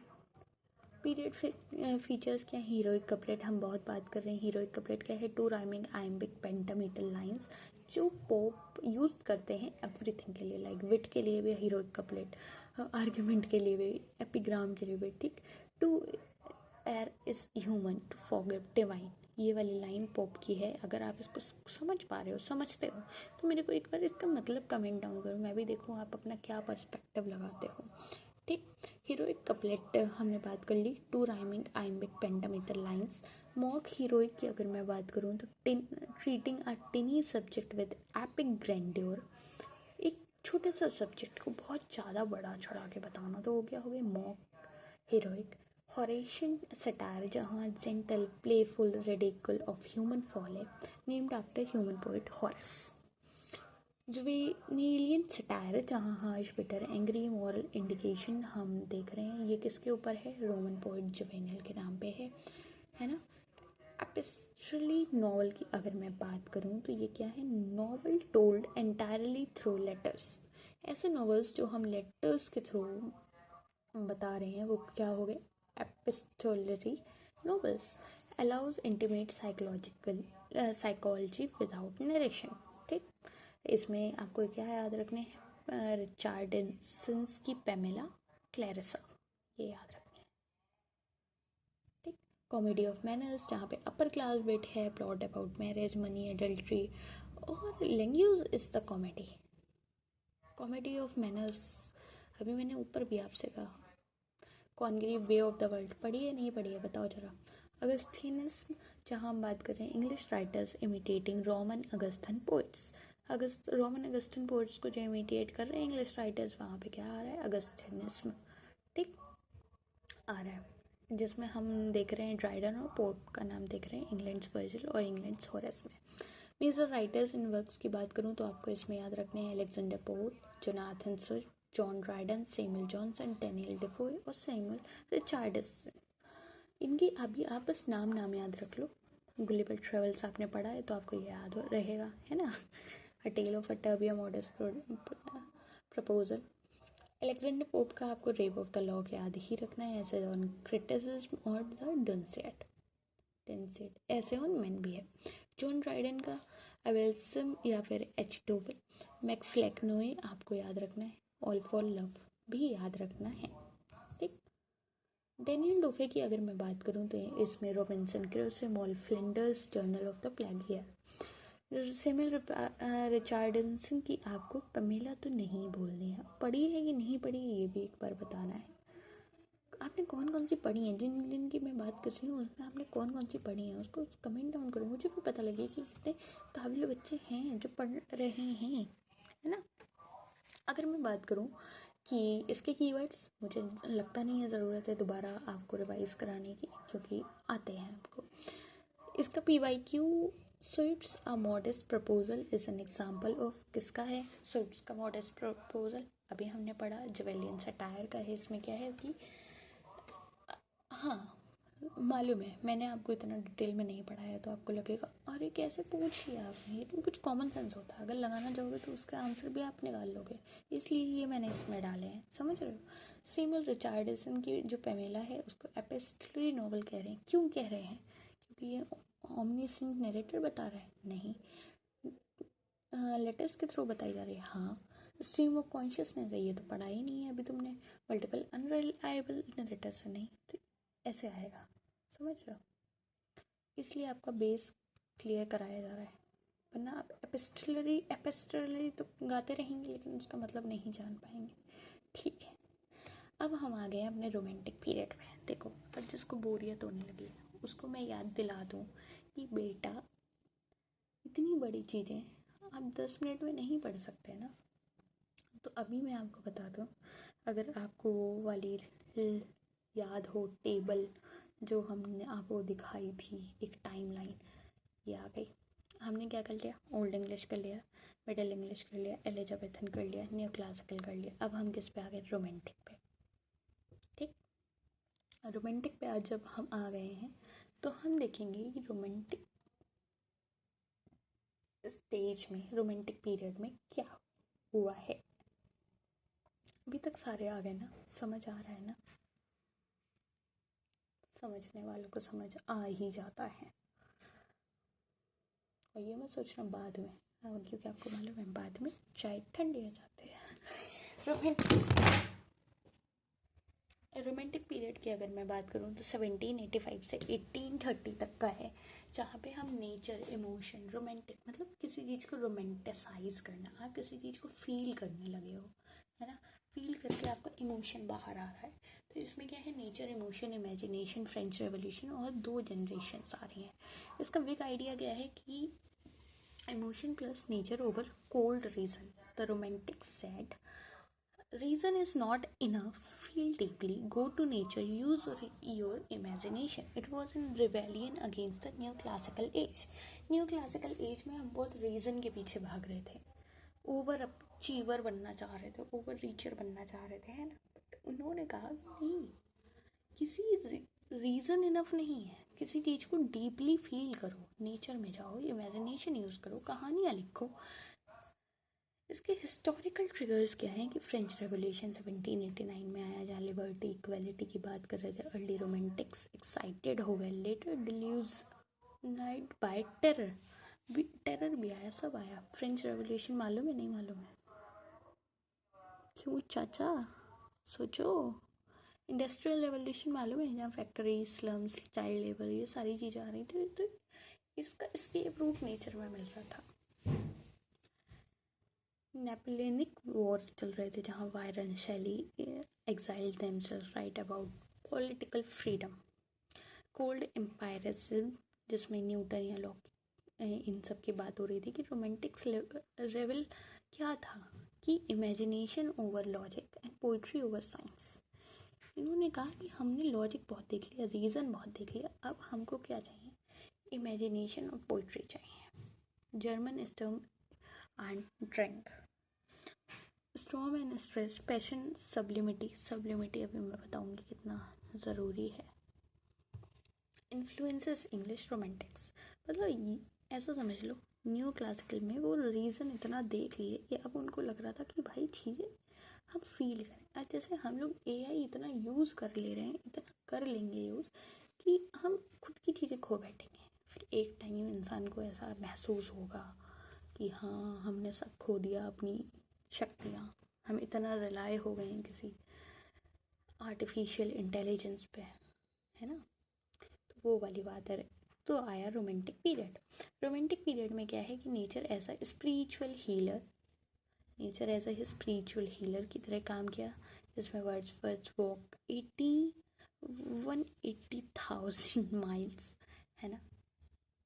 Nature restores the soul, imagination supreme बन गई, जिसमें कॉलरिज बताते हैं primary imagination is like God like creative power. और सेकेंडरी इमेजिनेशन की भी बात आएगी, जो मैं आपको बताऊंगी, आराम से बताऊंगी, अभी नहीं बताऊंगी। जब मैं ऐसे बोलती हूँ ना, अभी नहीं बताऊंगी, इट्स नॉट लाइक कि मैं आपको बताऊंगी नहीं, या मैं आपको कुछ आगे पीछे कर बताना चाहती हूँ, बट इट्स लाइक कि मैं एक साथ आपका बाहर नहीं डालना चाहती। बायरॉनिक हीरो बॉन्ड, जिसमें डार्क, ब्रूटिंग, रिबेलियस, मॉल्डी, एम्बिगस, बॉन्डर्ड की एनर्जी थी, चीज़ें थी, राइटिंग्स थी, सिंपल लैंग्वेज डिमांड की जा रही थी, क्योंकि अभी इतनी सारी चीज़ें इतना कॉम्प्लेक्स कर दी गई थी कि अब रोमांटिक एज में वो सिर्फ फील करना चाह रहे थे चीज़ें, ठीक है? तो dark, brooding, rebellious, morally ambiguous, bounder, simple language demand की गई थी, like Wordsworth preface to lyrical ballad, ये नहीं भूलना है, जहाँ रियल लैंग्वेज ऑफ मैन की बात की गई है। The sublime explored, terror plus beauty of nature overwhelms the rational thought. इसमें टू जनरेशन्स का की डिफरेंस क्या था कि फर्स्ट जनरेशन जो थी वो थी 1780 से 1800 तक, ठीक, जिसमें पोइट्स कौन थे? Wordsworth, Coleridge, Blake, William black.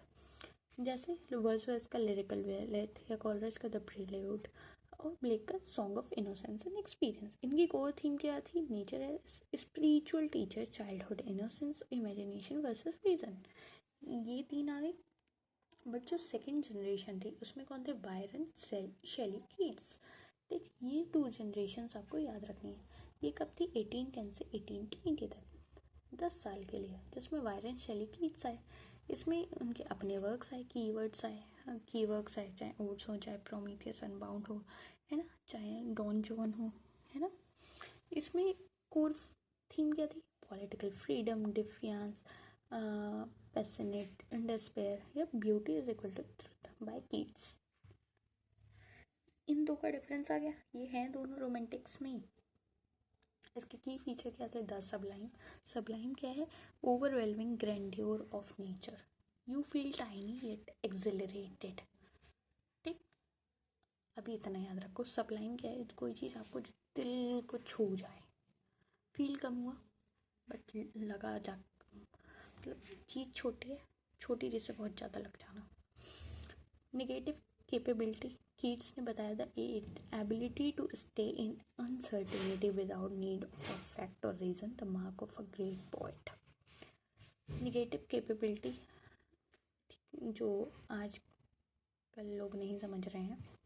The ability to stay in uncertainty without need for fact और रीज़न, बिना किसी फैक्ट या रीज़न के उस अनसर्टेनिटी में रहना। ठीक। लिरिक पोइट्री या word personal emotion express directly, जो डायरेक्टली एक्सप्रेस कर दे रहे हैं पर्सनल इमोशन। तो ओड क्या है? हाईएस्ट रोमांटिक फॉर्म, मेडिटेटिव या म्यूजिकल फॉर्म, मतलब जो आ रहा है मन में, जो इमोशनल है, पर्सनल इमोशन है, उसको डायरेक्टली एक्सप्रेस कर रहे हैं। ठीक है। द बायरनिक हीरो, डार्क ब्रोडिंग, अभी मैंने बताया है ये सारी चीज़ें। प्राइमरी सेकेंडरी इमेजिनेशन की जैसे मैं बात कर रही थी, तो कॉलरिज कहते हैं प्राइमरी इमेजिनेशन जो है वो गॉड लाइक क्रिएटिव एक्ट है, बट सेकेंडरी इमेजिनेशन वो क्या है? वो ह्यूमन एको है ऑफ इट, जहाँ हम फैंसी वर्ड भी आ रहा है। फैंसी वर्ड जो मैं आपको ये जब हम ये पढ़ेंगे ना, क्रिटिसिज्म पढ़ेंगे और ये बायोग्राफी या लिटरेरिया पढ़ेंगे, तब मैं आपको ये बहुत अच्छे से समझाऊंगी कि प्राइमरी एजुकेशन कॉलरेज क्या कह रहे हैं? जो गॉड लाइक क्रिएटिव एक्ट है, जो बहुत यूनिक है। सेकेंडरी क्या है? ह्यूमन इको है, हम उसको फैंसी बना रहे हैं बस। गोथिक लिटरेचर आपने पढ़ा है, जहाँ पे डरावनी चीज़ें, supernatural, ruined castles, terror, psychological darkness आ रही है, वो सारी चीज़ें क्या है? गोथिसिज्म। ठीक। जहाँ हम पढ़ रहे हैं Frankenstein by Mary Shelley. Mary Shelley किसकी वाइफ है? बताओ जरा।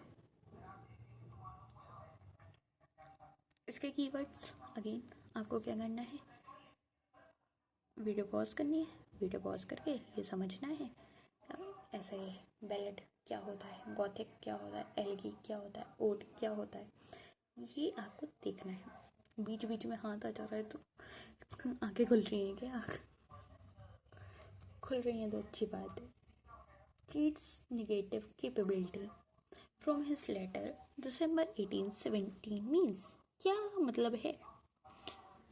अभी मैंने बताया remaining in uncertainty and doubt comfortably.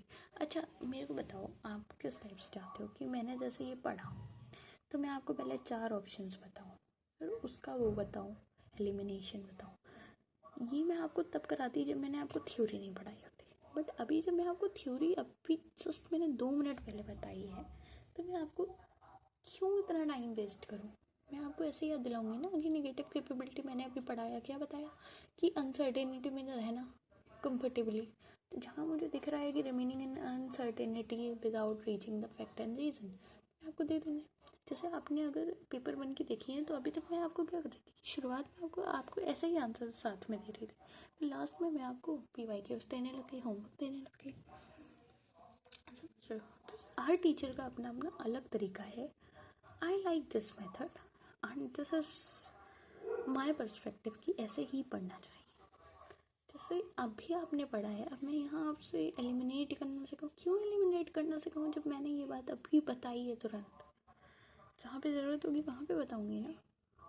Lyrical ballad की अगर मैं बात करूँ तो is considered as the starting point of English romanticism. क्यों? क्योंकि उसमें हीरोइक कपलेट आ रहे थे या वर्ड्स विद प्रीफेस आ रहा था, declared that poetry should use real language of man, या सोनेट आए या फ्रेंच में लिखा गया।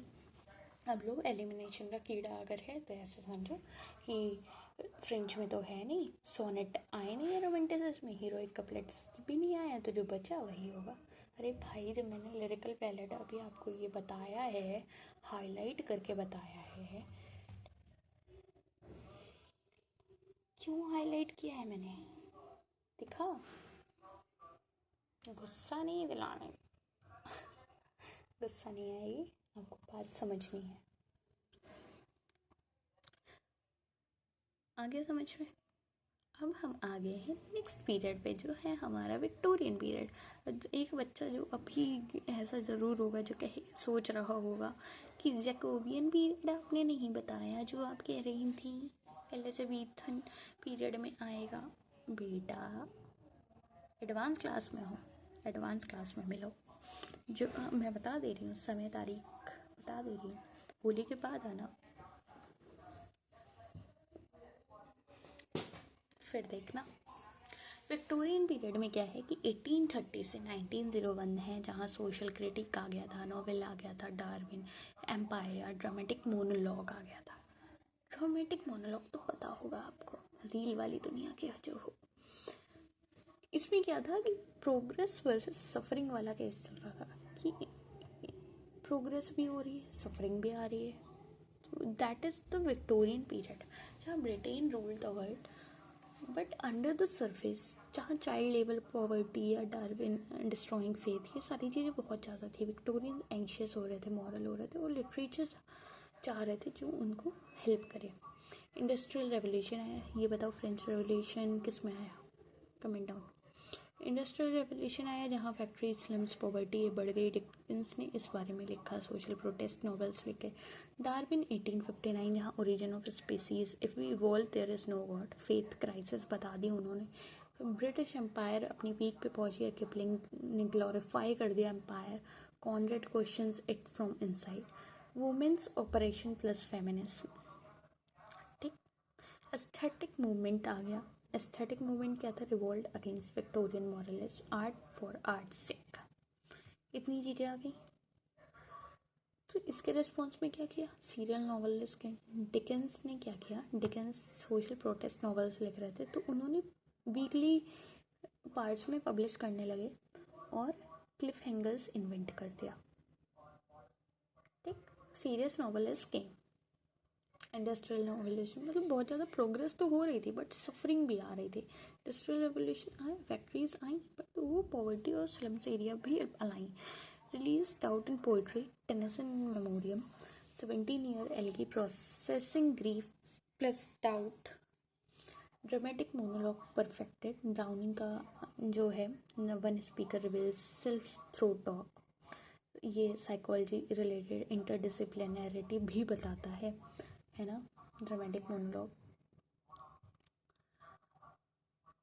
फीमेल बेल्ट्रंक्स रोमन, Jane Eyre, Middlemarch, women's growth and constants, ये सारी चीज़ें आ रही थी। एस्थेटिक्सिज्म भी आ रहा था, डिकेडेंस भी आ रहा था, जहाँ चाहे हम बात करें Wilde Pater, beauty is its own justification, no moral needed, ये सारी चीज़ें आ रही थी। मतलब विक्टोरियन पीरियड में आपको क्या याद रखना है कि पेन भी था, सफरिंग भी थी और प्रोग्रेस भी थी। इसमें की फीचर्स क्या हैं कि ड्रामेटिक मोनोलॉग था, सोशल रियलिज्म था, विल्डंस रोमन था, एस्थेटिज्म था, art for art sex, naturalism था, डिटर्मिनिज्म था, इन मेमोरियम, स्टेंजा था जो ABBA फॉर्म में था, 4-line stanza with ABBA rhyme. और इसे कौन यूज़ कर रहा था, Tennyson used for his great elegy In Memoriam. ठीक, नेचुरलिज्म या डिटर्मिनिज्म क्या था, हार्डी जो थे वो उनका था, characters are crushed by environment, heredity and pure chance, no free will. मतलब जो कैरेक्टर्स हैं उनको एनवायरनमेंट के थ्रू क्रश कर दिया जाता है, मतलब डिस्ट्रॉय कर दिया जाता है, या फिर हेरिडिटी के चलते या प्योर चांस के चलते, मतलब फ्री विल की बात नहीं हो रही थी। इसको मैं बताऊंगी और अच्छे से बताऊंगी। अभी ऐसे समझो, एस्थेटिज्म, आर्ट फॉर आर्ट से late Victorian revolt, art needs no moral purpose, कोई मॉरल पर्पस नहीं चाहिए, ब्यूटी जस्टिफाइज इटसेल्फ, है ना। एस्थेटिक जो आज सबको अपने आप अच्छा लगता है, उसका कोई मॉरल पर्पस आप डिफाइन नहीं करोगे, है ना। Picture of Dorian Gray, Pater's studies in renaissance. बिल्टन्स रोमन की बात करूँ तो coming of age novel, a young person grows through experience into maturity. Social realism जो लिटरेचर डॉक्यूमेंट करे रियल कंडीशंस को। ड्रामेटिक मोनोलॉग जहाँ एक स्पीकर एड्रेस करे साइलेंट लिसनर। ठीक, their character is revealed through what they say and what they hide. Okay, major writers in works की बात करूँ तो चार्ल्स डिकेंस हैं, रॉबर्ट ब्राउनिंग है, थॉमस हार्डी हैं, अल्फ्रेड लॉर्ड टेनिसन है, जॉर्ज इलियट हैं, ऑस्कर वाइल्ड है। ठीक, चार्ल्स डिकेंस की आपको ओलिवर ट्विस्ट मालूम ही होगी, ग्रेट एक्सपेक्टेशंस भी मालूम होगी, ब्लीक हाउस, हार्ड टाइम्स, ये पढ़ी या नहीं पढ़ी है? इन चारों में से बताना मुझे कौन सी पढ़ी है। और देखो, जो बात पूछी जा रही है वो बताओ, आप अपनी बात रखोगे, हम अपनी बात रखेंगे, तो बात बनेगी, आपको बात समझ आएगी, है ना। कथा सुनने तो आए नहीं हो कि कथा सुने, कथा सुनने भी जाते हो तो वहाँ प्रसाद पाने के लिए हाथ बढ़ाते हो, ताली बजाते हो, घंटा बजाते हो, तो सुनो, अपनी बात रखो, अपनी बात बताओ। कमेंट सेक्शन है ना, और किस लिए है, किसके लिए है, एल्फ्रेड लॉर्ड टेनिसन की इन मेमोरियम कभी मत भूलना, सपने में भी मत भूलना, ठीक है। Robert Browning my last duchess मत भूलना, Thomas Hardy Tess of the d'Urbervilles, पता नहीं, कभी कभी मतलब ऐसे जवान फिसलती है कि इंसान क्या करे। Oscar Wilde picture of the Dorian Gray. और बात ये है कि मैं पूरी वीडियो को रॉ अपलोड कर देती हूँ, मैं उसमें टाइम नहीं लगाती कि मैं उसको एडिट करूँ, अपनी गलतियाँ छुपाऊँ। भाई गलती इंसान से हो जाती है कभी कभी, मैं उसको छुपाऊँ, एडिट करूँ, टाइम बर्बाद करूँ, दैट्स नॉट द थिंग। इसके कीवर्ड्स आपके पास हैं, आप रिवाइज कर लेंगे, आपको इतनी चीज़ें समझ आ गई हैं। अगर मैं बात करूँ कि ब्राउनिंग्स माय लास्ट टचेस किसका एग्जाम्पल है, तो आपको ये बहुत अच्छे से समझ आ रहा होगा कि ये browning my last touches romantic monologue का है, सोनेट ये है नहीं, ओड बैलेड। बात नहीं कर रहे हैं विक्टोरियन पीरियड में, तो क्या बचा, ड्रामेटिक मोनोलॉग। इसलिए आपको कीवर्ड्स काम आ रहे हैं, समझ रहे हो। Hardy stop writing novels after public outcry against, बताओ। अच्छा ये मैंने अभी आपको पढ़ाया नहीं है, लेकिन आपको ये तो पता है कि हार्डी का ये वाला है ज्यूड द ऑब्स्क्योर। अब आपको ये वाला तो भी है, वो वाला तो भी है, तो चलो मैं मान रही हूँ मैंने नहीं पढ़ा। एक दो चीज़ें नई भी देखो जिससे लगे कि अभी बहुत कुछ पढ़ना बाकी है, आप ज्ञाता नहीं बन गए हैं, ठीक है। मॉडर्निस्ट पीरियड, अब हम आ गए हैं मॉडर्निस्ट पीरियड पे। देख लो अपने पास आ गए 1901 टू 1945, जहाँ वर्ल्ड वॉर फर्स्ट हो चुका है, फ्रूड आ चुके हैं, fragmentation, stream of consciousness. Stream of consciousness किससे रिलेटेड है, अभी वीडियो पॉज करके, अभी वीडियो पॉज करके बताओ मुझे। और अगर आप ये स्ट्रीम ऑफ कॉन्शियसनेस के बारे में ज़्यादा जानना चाहते हो, मतलब इनकी जो बैकग्राउंड है, जो इनसे रिलेटेड है, उनके बारे में जानना चाहते हो, तब भी मेरे को कमेंट ऑन करना। I will suggest you one video जिससे आपको बहुत अच्छे से समझ आएगा कि मैं इतना यहाँ पे जोर क्यों दे रही हूँ स्ट्रीम ऑफ कॉन्शियसनेस पे, क्योंकि आई लव दैट लेडी, ठीक। द बिग शॉक की अगर मैं बात करूँ कि हुआ क्या, वर्ल्ड वॉर फर्स्ट जब हुआ, कब हुआ, 1914 से 1918 तक, तो उसमें 20 मिलियन लोग मारे हैं, ठीक। ओल्ड फॉर्म्स जितने भी थे, ओल्ड हीरोइक कपलेट्स, वो झूठ लगने लगी, जिस पर टी.एस. इलियट ने रिस्पॉन्स भी दिया था, वेस्टलैंड जो ब्रोकन फ्रेगमेंटेड मल्टी लिंगुअल है, जो अपनी बातें बता रहा है, ठीक है। बट द थिंग इज, इस पीरियड में और क्या क्या हुआ, वर्ल्ड वॉर फर्स्ट आया सबसे पहली बात, जो ट्रॉमा लिटरेचर दे गया, fragmented forms of mirror broken world, Freud जो अनकॉन्शियस माइंड के बारे में है ना, आइंस्टीन, वो आइंस्टीन नहीं, आइंस्टीन जिन्हें बताया टाइम इज रिलेटिव, है ना, subjective time in fiction, no single objective reality. Nietzsche की बात करूँ मैं, गॉड इज डेड, कि भाई इतने लोग मरे, इतनी चीज़ें हुई, तो इंसान का भरोसा ही उठ गया। फिर वर्ल्ड वॉर सेकंड भी आ गया, होलोकॉस्ट हो गया, है ना, जहाँ पे बेकेट बताते हैं nothing means anything, theatre of absurd आ गया, जिसके बारे में अभी हम पढ़ेंगे, लॉस ऑफ मीनिंग आ गया, निहिलिज्म आ गया, एक्सिस्टेंशियल एंजाइटी एंटर्स लिटरेचर। तो इसके रिस्पॉन्स में राइटर ने क्या किया, फ्रेगमेंटेशन एज अ फॉर्म बता दिया। मतलब राइटर्स कितनी प्यारी चीज़ है ना, मतलब कितना भी दुख हो, कितना भी जख्म हो, उसमें फूल खिलाई देंगे, उसमें शब्द बना ही देंगे, बुन देंगे कुछ ना कुछ, है ना। तो fragmentation as a form, fragmentation as a form में हम इलेट्स का वेस्टलैंड देखते हैं, जो ब्रोकन सिंटेक्स और बहुत सारी चीज़ें बता रहा होता है, ठीक। स्ट्रीम ऑफ कॉन्शियसनेस में जो हमारे पास आ रही हैं, वुल्फ, ये आ गई Woolf, Mrs Dalloway, we are inside the mind. तो ये जो वर्जीनिया वुल्फ की मैं बात कर रही हूँ, अगर आप वर्जीनिया वुल्फ के बारे में सब कुछ नहीं जानते, आपने नहीं पढ़ा है, और मैं ये नहीं कहती आप उनके वर्क्स के बारे में जानना चाहते, अगर आप उनके बारे में जानना चाहते हैं कि क्या शख्सियत है, तो कमेंट डाउन करना, I will share the thing with you. मतलब इस चैनल पे नहीं, एक है जो मैं देखती हूँ, तो वो मेरे को I like that so much, तो मैं आपको सजेस्ट करूँगी। No linear time in novels, Woolf moves back and forward freely, memory as real as present. Free verse आ गया, ब्लैंक वर्स किस में आ रहा था? याद रह भी गया है याद या नहीं? रहना चाहिए भाई, शेक्सपियर वाले में था ब्लैंक वर्स। तो फ्री वर्स किस में है? मॉडर्निस्ट पीरियड में। तो मॉडर्निस्ट पीरियड में कौन कौन है? इलियड है, पाउंड है, लॉरेंस है, जहाँ उन्होंने बताया कोई फिक्स्ड मीटर नहीं है। फॉर्म्स फ्लो फीलिंग को बहा दो, बहने दो, go with the flow. Theatre of absurd, जहाँ पे बैकेट है, सैमुअल बैकेट जो जिनका है वेटिंग फॉर गॉडेट, जहाँ पे दो मैन इंतज़ार कर रहे हैं उस चीज़, उस इंसान के लिए जो कभी नहीं आएगा। तो लाइफ इज़ वेटिंग, वो वाली बात आ गई एब्सर्ड। पीरियड के फीचर क्या है? Stream of consciousness, Virginia Woolf again, जिसमें मैं बात कर रही हूँ continuous unfiltered flow of thoughts, perceptions and memory. ऐसे unfiltered flow of thoughts, perception and memories का कॉन्टिन्यूस बहते रहना, recorded on the page as they happen. जब जो चीज़ फील हुई उतार दी पन्ने पे शब्दों में, वो क्या हुआ? स्ट्रीम ऑफ कॉन्शियसनेस, जिसकी मेजर आप कौन किसको याद रखोगे इनसे रिलेटेड? Virginia Woolf. ठीक, यही तो मैं कर रही हूँ कि मैं आपको पढ़ा रही हूँ, रॉ वीडियो को अपलोड कर रही हूँ। आई am not wasting time in editing, putting sound effects and cutting all the errors that I have made during. भाई इंसान है हम, कभी कोई चीज़ मिस प्रोनाउंस हो सकती है, कोई कभी चीज़ नहीं निकल सकती है गले से। It's okay for me, I am not offended.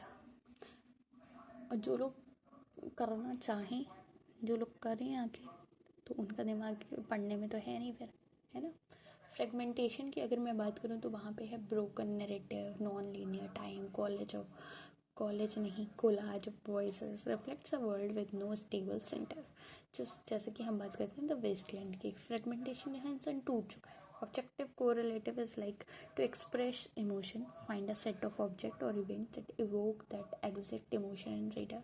ऐसे कुछ चीज़ों का नाम ले लेना, ऐसे कुछ चीज़ों को उभार के दिखा देना जिससे तुम्हारा वो सेम इमोशन आ जाए। जैसे तुम्हारा अगर ब्रेकअप हुआ है और ब्रेकअप रिलेटेड कोई चीज़ ऐसे उभार देना कि तुम उस वाले जोन में फिर से चले जाओ, that is objective correlative. Imagism क्या है? Pound's movement, one precise image, no excess words, no abstraction, let the image do everything. एक ऐसी इमेज जो आपको सब कुछ बता दे, like in a station of the metro, two lines is entire poem is equal to one image. ठीक, इम्पर्सनैलिटी थ्योरी क्या है? इलियट ने बताया the poet must escape personality, poetry is not a confession, it's a catalyst that create emotion. ये बात याद रखना बेटा। इम्पर्सनैलिटी थ्योरी क्या है? पोइट अपनी एस्केप करेगा पर्सनैलिटी, और पोइट्री वो नहीं है कि कन्फेस कर दिया। पोइट्री क्या है? It's a catalyst that creates emotion. Mythic method, using classical myth as framework for modern chaos, makes the fragmented story feels universal. Like हम जो अल्सिस पढ़ रहे थे उसमें होमर्स ओडेसी या वेस्टलैंड में हम फिशर किंग के बारे में पढ़ेंगे। मुझे मालूम है आपको ये चीज़ नहीं मालूम है, इसलिए मैं आपको नहीं बता रही हूँ, तो इसको मत देखो, इसको देखो। और थिएटर ऑफ एब्सर्ड मैंने बताया कि कुछ मीनिंगलेस और रिपीटेटिव विदाउट रेजोल्यूशन के बारे में आप जो चीज़ें दिखा रहे हो, मतलब जिनका कोई मतलब नहीं है, बस वो होती जा रही हैं। कैरेक्टर्स इंतज़ार कर रहे हैं, क्यों उन्हें भी नहीं मालूम क्यों कर रहे हैं, और ये भी नहीं मालूम कि वो आएगा नहीं आएगा। लाइक एंड गेम कह लो या वेटिंग फॉर गॉडेट कह लो, वेटिंग फॉर गॉडेट सबसे ज़्यादा आता है।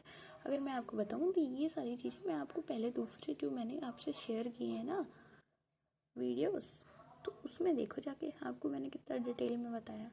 बट आपको चाहिए कि मैं अभी तुरंत सब उतना डिटेल में बताऊँ, फिर आपको कि वीडियो भी आपका ये 3 घंटे का हो गया। That's not the case. That's not good. Major writers की बात करूँ तो मैं टी.एस. इलियट हैं, जेम्स जॉयस हैं, वर्जीनिया वुल्फ हैं, W.B. ईट्स हैं, सैमुअल बेकेट हैं, विल्फ्रेड ओवन हैं, ये सारे हैं। टी.एस. इलियट का वेस्टलैंड मत भूलना, जेम्स जॉयस का डिब्लिनर्स या पोर्ट्रेट ऑफ आर्टिस्ट या अल्सिस मत भूलना, वर्जीनिया वुल्फ का कुछ भी मत भूलना, चाहे लाइट हाउस हो, चाहे डॉल्बे है, चाहे रोम ऑफ वंस ओन तो फेवरेट है। W.B. ईट्स अच्छा पढ़ा है नहीं पढ़ा है ये बताओ एक बार। मैं जानना चाहती हूँ कि कितने अच्छे बच्चे हैं जो पढ़े हुए हैं, या सब लास्ट टाइम वाले हैं। WV ईट्स की अगर मैं बात करूँ तो second coming, sailing to Byzantium, Leda and the swan, Samuel Beckett, waiting for Godot, Endgame, Murphy, Malone dies. कुछ याद मत रखो बट वेटिंग फॉर गॉडेट याद रख लो। विल्फ्रेड ओवेन की बात करूँ तो मैं आपसे कहूँगी आप एंथम फॉर डूम्ड यूथ याद रख लो, ठीक। Again keywords for you, you have to pause the video then revise it like a stream of consciousness, fragmentation, या फिर मैं कहूँ आपसे objective, correlative, impersonality theory, free verse आया तो ब्लैंक वर्स भी आपको याद आना चाहिए, है ना, वो वाली चीज़। अब मैं आपसे बात करना चाहूँगी कि हम बात कर रहे हैं T.S. इलियट्स का ऑब्जेक्टिव कोरिलेटिव क्या मतलब लाता है। ये मतलब लाता है कि स्पेसिफिक इमोशन को इवोक कर देना। तो ये मुझे जब इसका मतलब मालूम ही होगा तो मैं किसी और तरफ नज़र क्यों लगाऊंगी जब मुझे यहाँ दिख रहा है।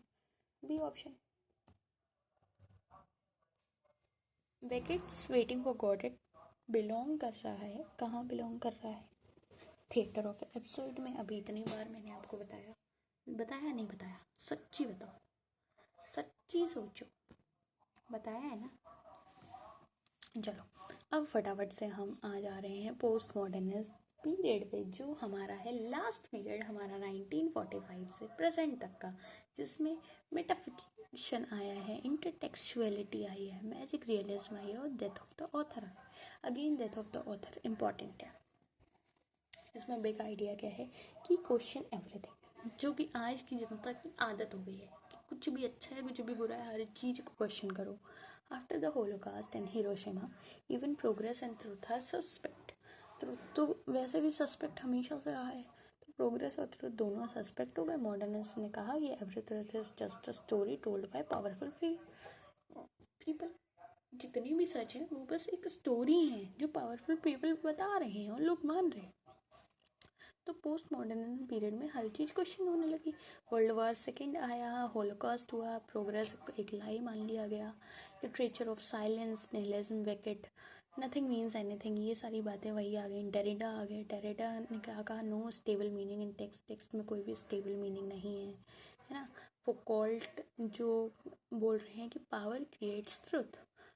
Leotard, grand narratives are dead. Decolonisation या ग्लोबल कल्चर भी आया, जिसमें हाइब्रिड आइडेंटिटीज़ या काउंटर टू वेस्टर्न कैनन आया। ये सारी चीज़ें जब हो रही थी तो इनके रिस्पॉन्स में इन्होंने बताया कि फिक्शन रिविंग्स एट द रीडर। मेटाफिक्शन आया। मेटाफिक्शन में क्या हुआ कि I know I am novel, let's play with that. Like वो रीडर के साथ इंगेज कर रहा है। हिस्ट्री भी फिक्शन बन गई। उनको लगा कि जो भी बताया जा रहा है वो बस एक स्टोरी है जो पावरफुल पीपल बता रहे हैं, ठीक है। तो हिस्टोग्राफिक मेटाफिक्शन हो गया। फैक्ट फिक्शन डेलिबरेटली मिस्ड हो गए। ऑथर डेड डिक्लेयर हो गए। बार्स जो रोलैंड बार्स हैं उन्होंने कहा कि रीडर क्रिएट करता है मीनिंग और ऑथर इंटेंट इररिलेवेंट रहता है। मतलब जो राइटर है उसने अपनी बात लिख दी और उसके बाद कुछ बचा ही, उसके बाद ऑथर का रोल ख़त्म हो गया, डेथ हो गई ऑथर की और बर्थ हो गई किसकी, रीडर की, ठीक। अब अगली बात मैं करूँ तो चाहे मैं magic mixes with reality, parody और बस यही सब है ना। Pastiche dominate, styles are borrowed, mixed, ironized और नो स्टाइल पॉसिबल। अब मैं बात करूँ पीरियड फीचर्स की। पीरियड फीचर्स मेटाफिक्शन मैंने आपको बताया, fiction that reflects on its own fictional status. The story acknowledges its is a story, ठीक। आ गया। हिस्टोग्राफिक मेटाफिक्शन क्या है, Linda Hutcheon term, like fiction rewrites history self consciously, facts and fiction blend deliberately. जहाँ midnight children अगर आपने पढ़ा है तो आप जान रहे होंगे, नहीं पढ़ा होंगे चिंता मत करो, मैं हूँ, आपको बस बताना है कि आप ये बता दो, ठीक है। डेथ ऑफ द ऑथर क्या है, रोलैंड बार्स, जो मैंने बताया कि ऑथर के इंटेंशन मैटर नहीं करते, रीडर जो है वो मीनिंग क्रिएट करता है। Any text once written belongs to the reader. Magic realism क्या है? Fantastic events and realistic settings matter of factly, ये बताया मैंने। हिस्ट्री और मैजिक को एग्जिस्ट करते हैं without explanation. Intertextuality, every text is made up of echoes of other text, मतलब हर टेक्स्ट में कहीं ना कहीं वो असर होगा अगले टेक्स्ट का, है ना। कोई भी टेक्स्ट ओरिजिनल नहीं है, ठीक। तो ये क्या हो गया? Intertextuality. Text are woven from pre existing text, that is rule and baths.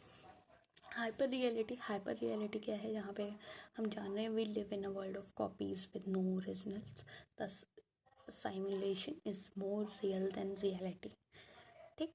Dirty realism is stripped down prose, working class characters in crisis, no explanation, no resolution, American short story. Dirty realism is like working class characters to crisis में उनको दिखाना, ठीक। इनके जो major writers हैं जो आपको याद रखने हैं, Samuel Beckett, Angela Carter, Don DeLillo, John Forrest, Salman Rushdie, Toni Morrison, इतने याद रख लो। टॉनी मॉरिसन का बेलअप्ड याद रख लो, सलमान रुश्दी का मिडनाइट चिल्ड्रन याद कर लो, जॉन फॉरेस्ट का आप याद कर लो द मेगस, डॉन डेनिलो का आप याद रख लो वाइट नॉइस या लिब्रा, एंजेला कार्टर का द ब्लडी चैम्बर और सैमुअल बेकेट का वेटिंग फॉर गॉडेट, ठीक। और मर्फी, इतना याद हो जाएगा, ठीक है। इसके कीवर्ड्स हो रहे हैं ना, समझ आ रहे हैं, ठीक है। Death of the author coin किसने किया? सीधी सी बात है, इतनी देर से मैं बता रही हूँ, Roland Barthes, Roland Barthes, Roland Barthes. Death of the author Roland Barthes. Historiographic metafiction किसने थ्योरलाइज किया है? लिंडा ह्यूजेसन, अभी मैंने बताया। A poetics of postmodernism, ठीक। इन सारी बातों के बाद हम आ गए हैं अपने इंडियन इंग्लिश लिटरेचर पे, जो हमारा 1800 से प्रेजेंट तक चलता आ रहा है। इसमें 4 फेजेस है, कॉलोनियल, नेशनलिस्ट, पोस्ट इंडिपेंडेंस और डायस्पोरा। देखो वैसे तो मुझे ये अलग से करना चाहिए, बट आई वॉन्ट कि ये भी इसमें आ जाए, तो आपको बस थोड़ा सा आइडिया लग जाए। 4 फेजेस हैं, कॉलोनियल, कॉलोनियल जहाँ पे राज चल रहा था, नेशनलिस्ट, पोस्ट इंडिपेंडेंस और diaspora. Britain gave India to Britain gave India English to control it. Indian took the language and used it to fight for freedom, win Nobel Prizes and tell stories the world. Britain ने हमें English दी control करने के लिए, but हमने उसको use किया है for freedom, to win Nobel prizes, to tell stories. इसके 4 फेज जो आए हैं, फाउंडेशन फेज जो आया 1800 से 1900 तक, जहाँ पे ब्रिटिश राज पीक पे था, मैकलस मिनट था, है ना, ये मालूम है? नहीं मालूम है? जहाँ इमिटेट कर रहे थे English model, social reform, themes, poetry, dominant, romantic influence, ये सारी चीज़ें। इनके की नेम्स हैं जो अभी आप नहीं भी याद रख रहे हो, तब भी कोई बात नहीं, मैं हूँ करा दूँगी। इससे पहले तक मैंने जितना पढ़ाया है उतना बिल्कुल पक्का करके आना अगले क्लास में, इसको मैं आपको धीमे धीमे बता दूँगी। नेशनलिज्म की अगर मैं बात करूँ, नेशनलिज्म में Gandhi returns, non cooperation movement, Tagore wins Nobel. Phase 3 में क्या था? पोस्ट इंडिपेंडेंस, जहाँ पार्टीशन था, ट्रॉमा था, नेहरू नेशन बिल्ड कर रहे थे, है ना, यहाँ पे अनीता देसाई, कमला दास, ये सारे बड़े बड़े लोग आ रहे थे।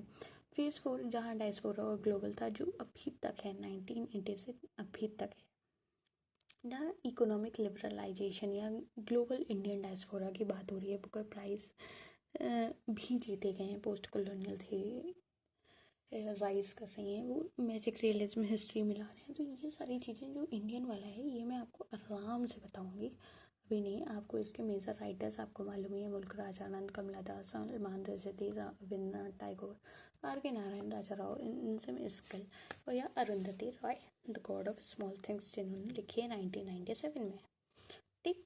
इसके कुछ कीवर्ड्स हैं जो अभी आप अगर नहीं भी याद रखते हो, कोई बात नहीं, मैं आपको करा दूँगी। ये मैंने आपको बताओ, अभी इतने सारे पढ़े, बट उसमें मैंने आपको गॉड ऑफ स्मॉल थिंग्स क्यों पढ़ के बताया? क्योंकि ये इंपॉर्टेंट है, ठीक। Chutnified English is the phrase describing hybrid Indian English style is associated with, बताओ चटनीफाइड इंग्लिश कौन कह रहा है? सलमान रुश्दी। ये मैं आपको इंडियन इंग्लिश आराम से एक लेक्चर लूँगी, उसमें आराम से बताऊँगी। ये मास्टर रिवीजन चार्ट है आपके लिए, जिसमें मैंने आपको सारी चीज़ें एक साथ आ गई हैं जो आपको हेल्प करेंगी समझने में। दिख रहा है ना? दिख रहा होगा। तो इफ़ यू वांट कि ऐसी ही चीज़ें आपको और मिलती रहें, तो चैनल को सपोर्ट करो, अपने दोस्तों के साथ शेयर करो। ये सब मिलता रहेगा। और अगर PDF चाहिए तो कमेंट डाउन करो, उससे पहले नहीं मिलेगी, कमेंट डाउन करना ही पड़ेगा। ओल्ड इंग्लिश में क्या है कि एंग्लो सेक्शन इन्वेंशन, लोग आए, चीज़ें आईं, मैन्युस्क्रिप्ट्स के बारे में हमने बात करी, लिटरेटिव वर्ड्स की बात करी, मिडिल इंग्लिश में हमने बात करी कि कैसे नॉर्मन कॉन्क्वेस्ट हुआ, ब्लैक डेथ हुई, है ना, चौसर आए, एलिगरी, रोमांस, मॉरलिटी प्ले की, फ्रेम नैरेटिव की हमने बात करी। फ्रेम नैरेटिव में हमने कौन सा देखा? कैंटरबरी टेल्स देखा। एलिजाबेथन में हमने देखा शेक्सपियर, ब्लैंक वर्ड्स की बात करी, रेनेसांस की, रिफॉर्मेशन की बात करी, न्यू वर्ल्ड बनाया, ड्रामा, सोनेट्स, ह्यूमनिज्म आए। न्यू क्लासिकल में हमने बात करी कि रेस्टोरेशन, इनलाइटमेंट कैसे हो रहा है ना, जिसमें सटायर, ऐसे नॉवल, ये सारी चीज़ें आई, हीरोइक कपलेट आया। बट सबलाइम कहाँ पे आया? रोमांटिक, जहाँ हम चीज़ें फील करने लगे। ठीक। विक्टोरियन आया, विक्टोरियन में हमने क्या देखा? ड्रामेटिक मोनोलॉग देखा। मॉडर्न में हमने क्या देखा? ऑब्जेक्ट कोरिलेटिव देखा, फ्रेगमेंटेशन देखा, स्ट्रीम ऑफ कॉन्शियसनेस देखा। पोस्ट मॉडर्न में हमने देखा डेथ ऑफ ऑथर, रोलैंड बार्थ्स देखा, मेटाफिकेशन देखा, इंटरटेक्चुअलिटी देखा। और इंडियन इंग्लिश में हमने इंडिपेंडेंस देखी, ब्रिटिश राज देखा, पार्टीशन देखा, डायस्पोरा देखा, 4 फेजेस देखे और जर्निफाइड इंग्लिश भी देखी। ठीक। इन सब के एक एक लाइन में मीनिंग हमने आपको क्रिटिक सारे टर्म्स की दे रखी है। एक बार आप खुद से पढ़ोगे आपको समझ आ जाएगा, कोई बड़ी बात नहीं है, यही सारा इतनी देर से पढ़ा रही थी मैं। कुछ बुकर प्राइज़ हैं जो आपको याद रखने हैं। अब आपको पूरी कंप्लीट जर्नी मालूम है कि एंग्लो सेक्शन वॉरियर्स जो चैंट कर रहे थे विवोल्फ 450 CE में, वो बड़े चौसर ने एवरी क्लास ऑफ सोसाइटी को एक वॉइस दी। फिर शेक्सपियर ने ह्यूमन को सेंटर ऑफ एवरीथिंग बनाया। पोप ने शार्प किया bet into a weapon. Wordsworth running to nature, Wordsworth running की तरफ जा रहे थे। Dickens exposing poverty, Eliot fragmenting form to match a broken world, and Rushdie provoking the colonizers language now belongs to everyone। तो इस एक idea को आप याद रखोगे कि लिटरेचर हमेशा टाइम के साथ रिस्पॉन्ड किया है और तभी सारे पीरियड ने अपना अपना एक सेंस बनाया। तो अगर आप इस वाली पूरी जर्नी को याद रख पाओगे तो आपको सारे जो पीरियड्स हैं वो अपने आप याद हो जाएंगे, है ना। Anglo Saxon, old English, Chaucer, Elizabethan, बस कर दिया। Chaucer, middle English, Shakespeare, Elizabethan, Pope. अटक रहे हो नहीं ना? चलो बताओ। चलो एक काम करो, ये मैंने पूरा बताया, इसको तुम कमेंट डाउन करो, इसकी ऐसे पूरी timeline. All the best for your exam if you are watching this at the peak time, but if you are regular in this series, I hope कि आपको चीज़ें आराम से सारी समझ आई होंगी। और चाहे वो एलिजाबेथन हो, चाहे न्यू क्लासिकल और रोमांटिक हो, चाहे कुछ भी हो, आपको सारी चीज़ें एक तरह से याद हो गई होंगी। That's all for today. See you in the next class, जिसमें हम और भी चीज़ें अच्छे से लाने वाली हैं। Okay?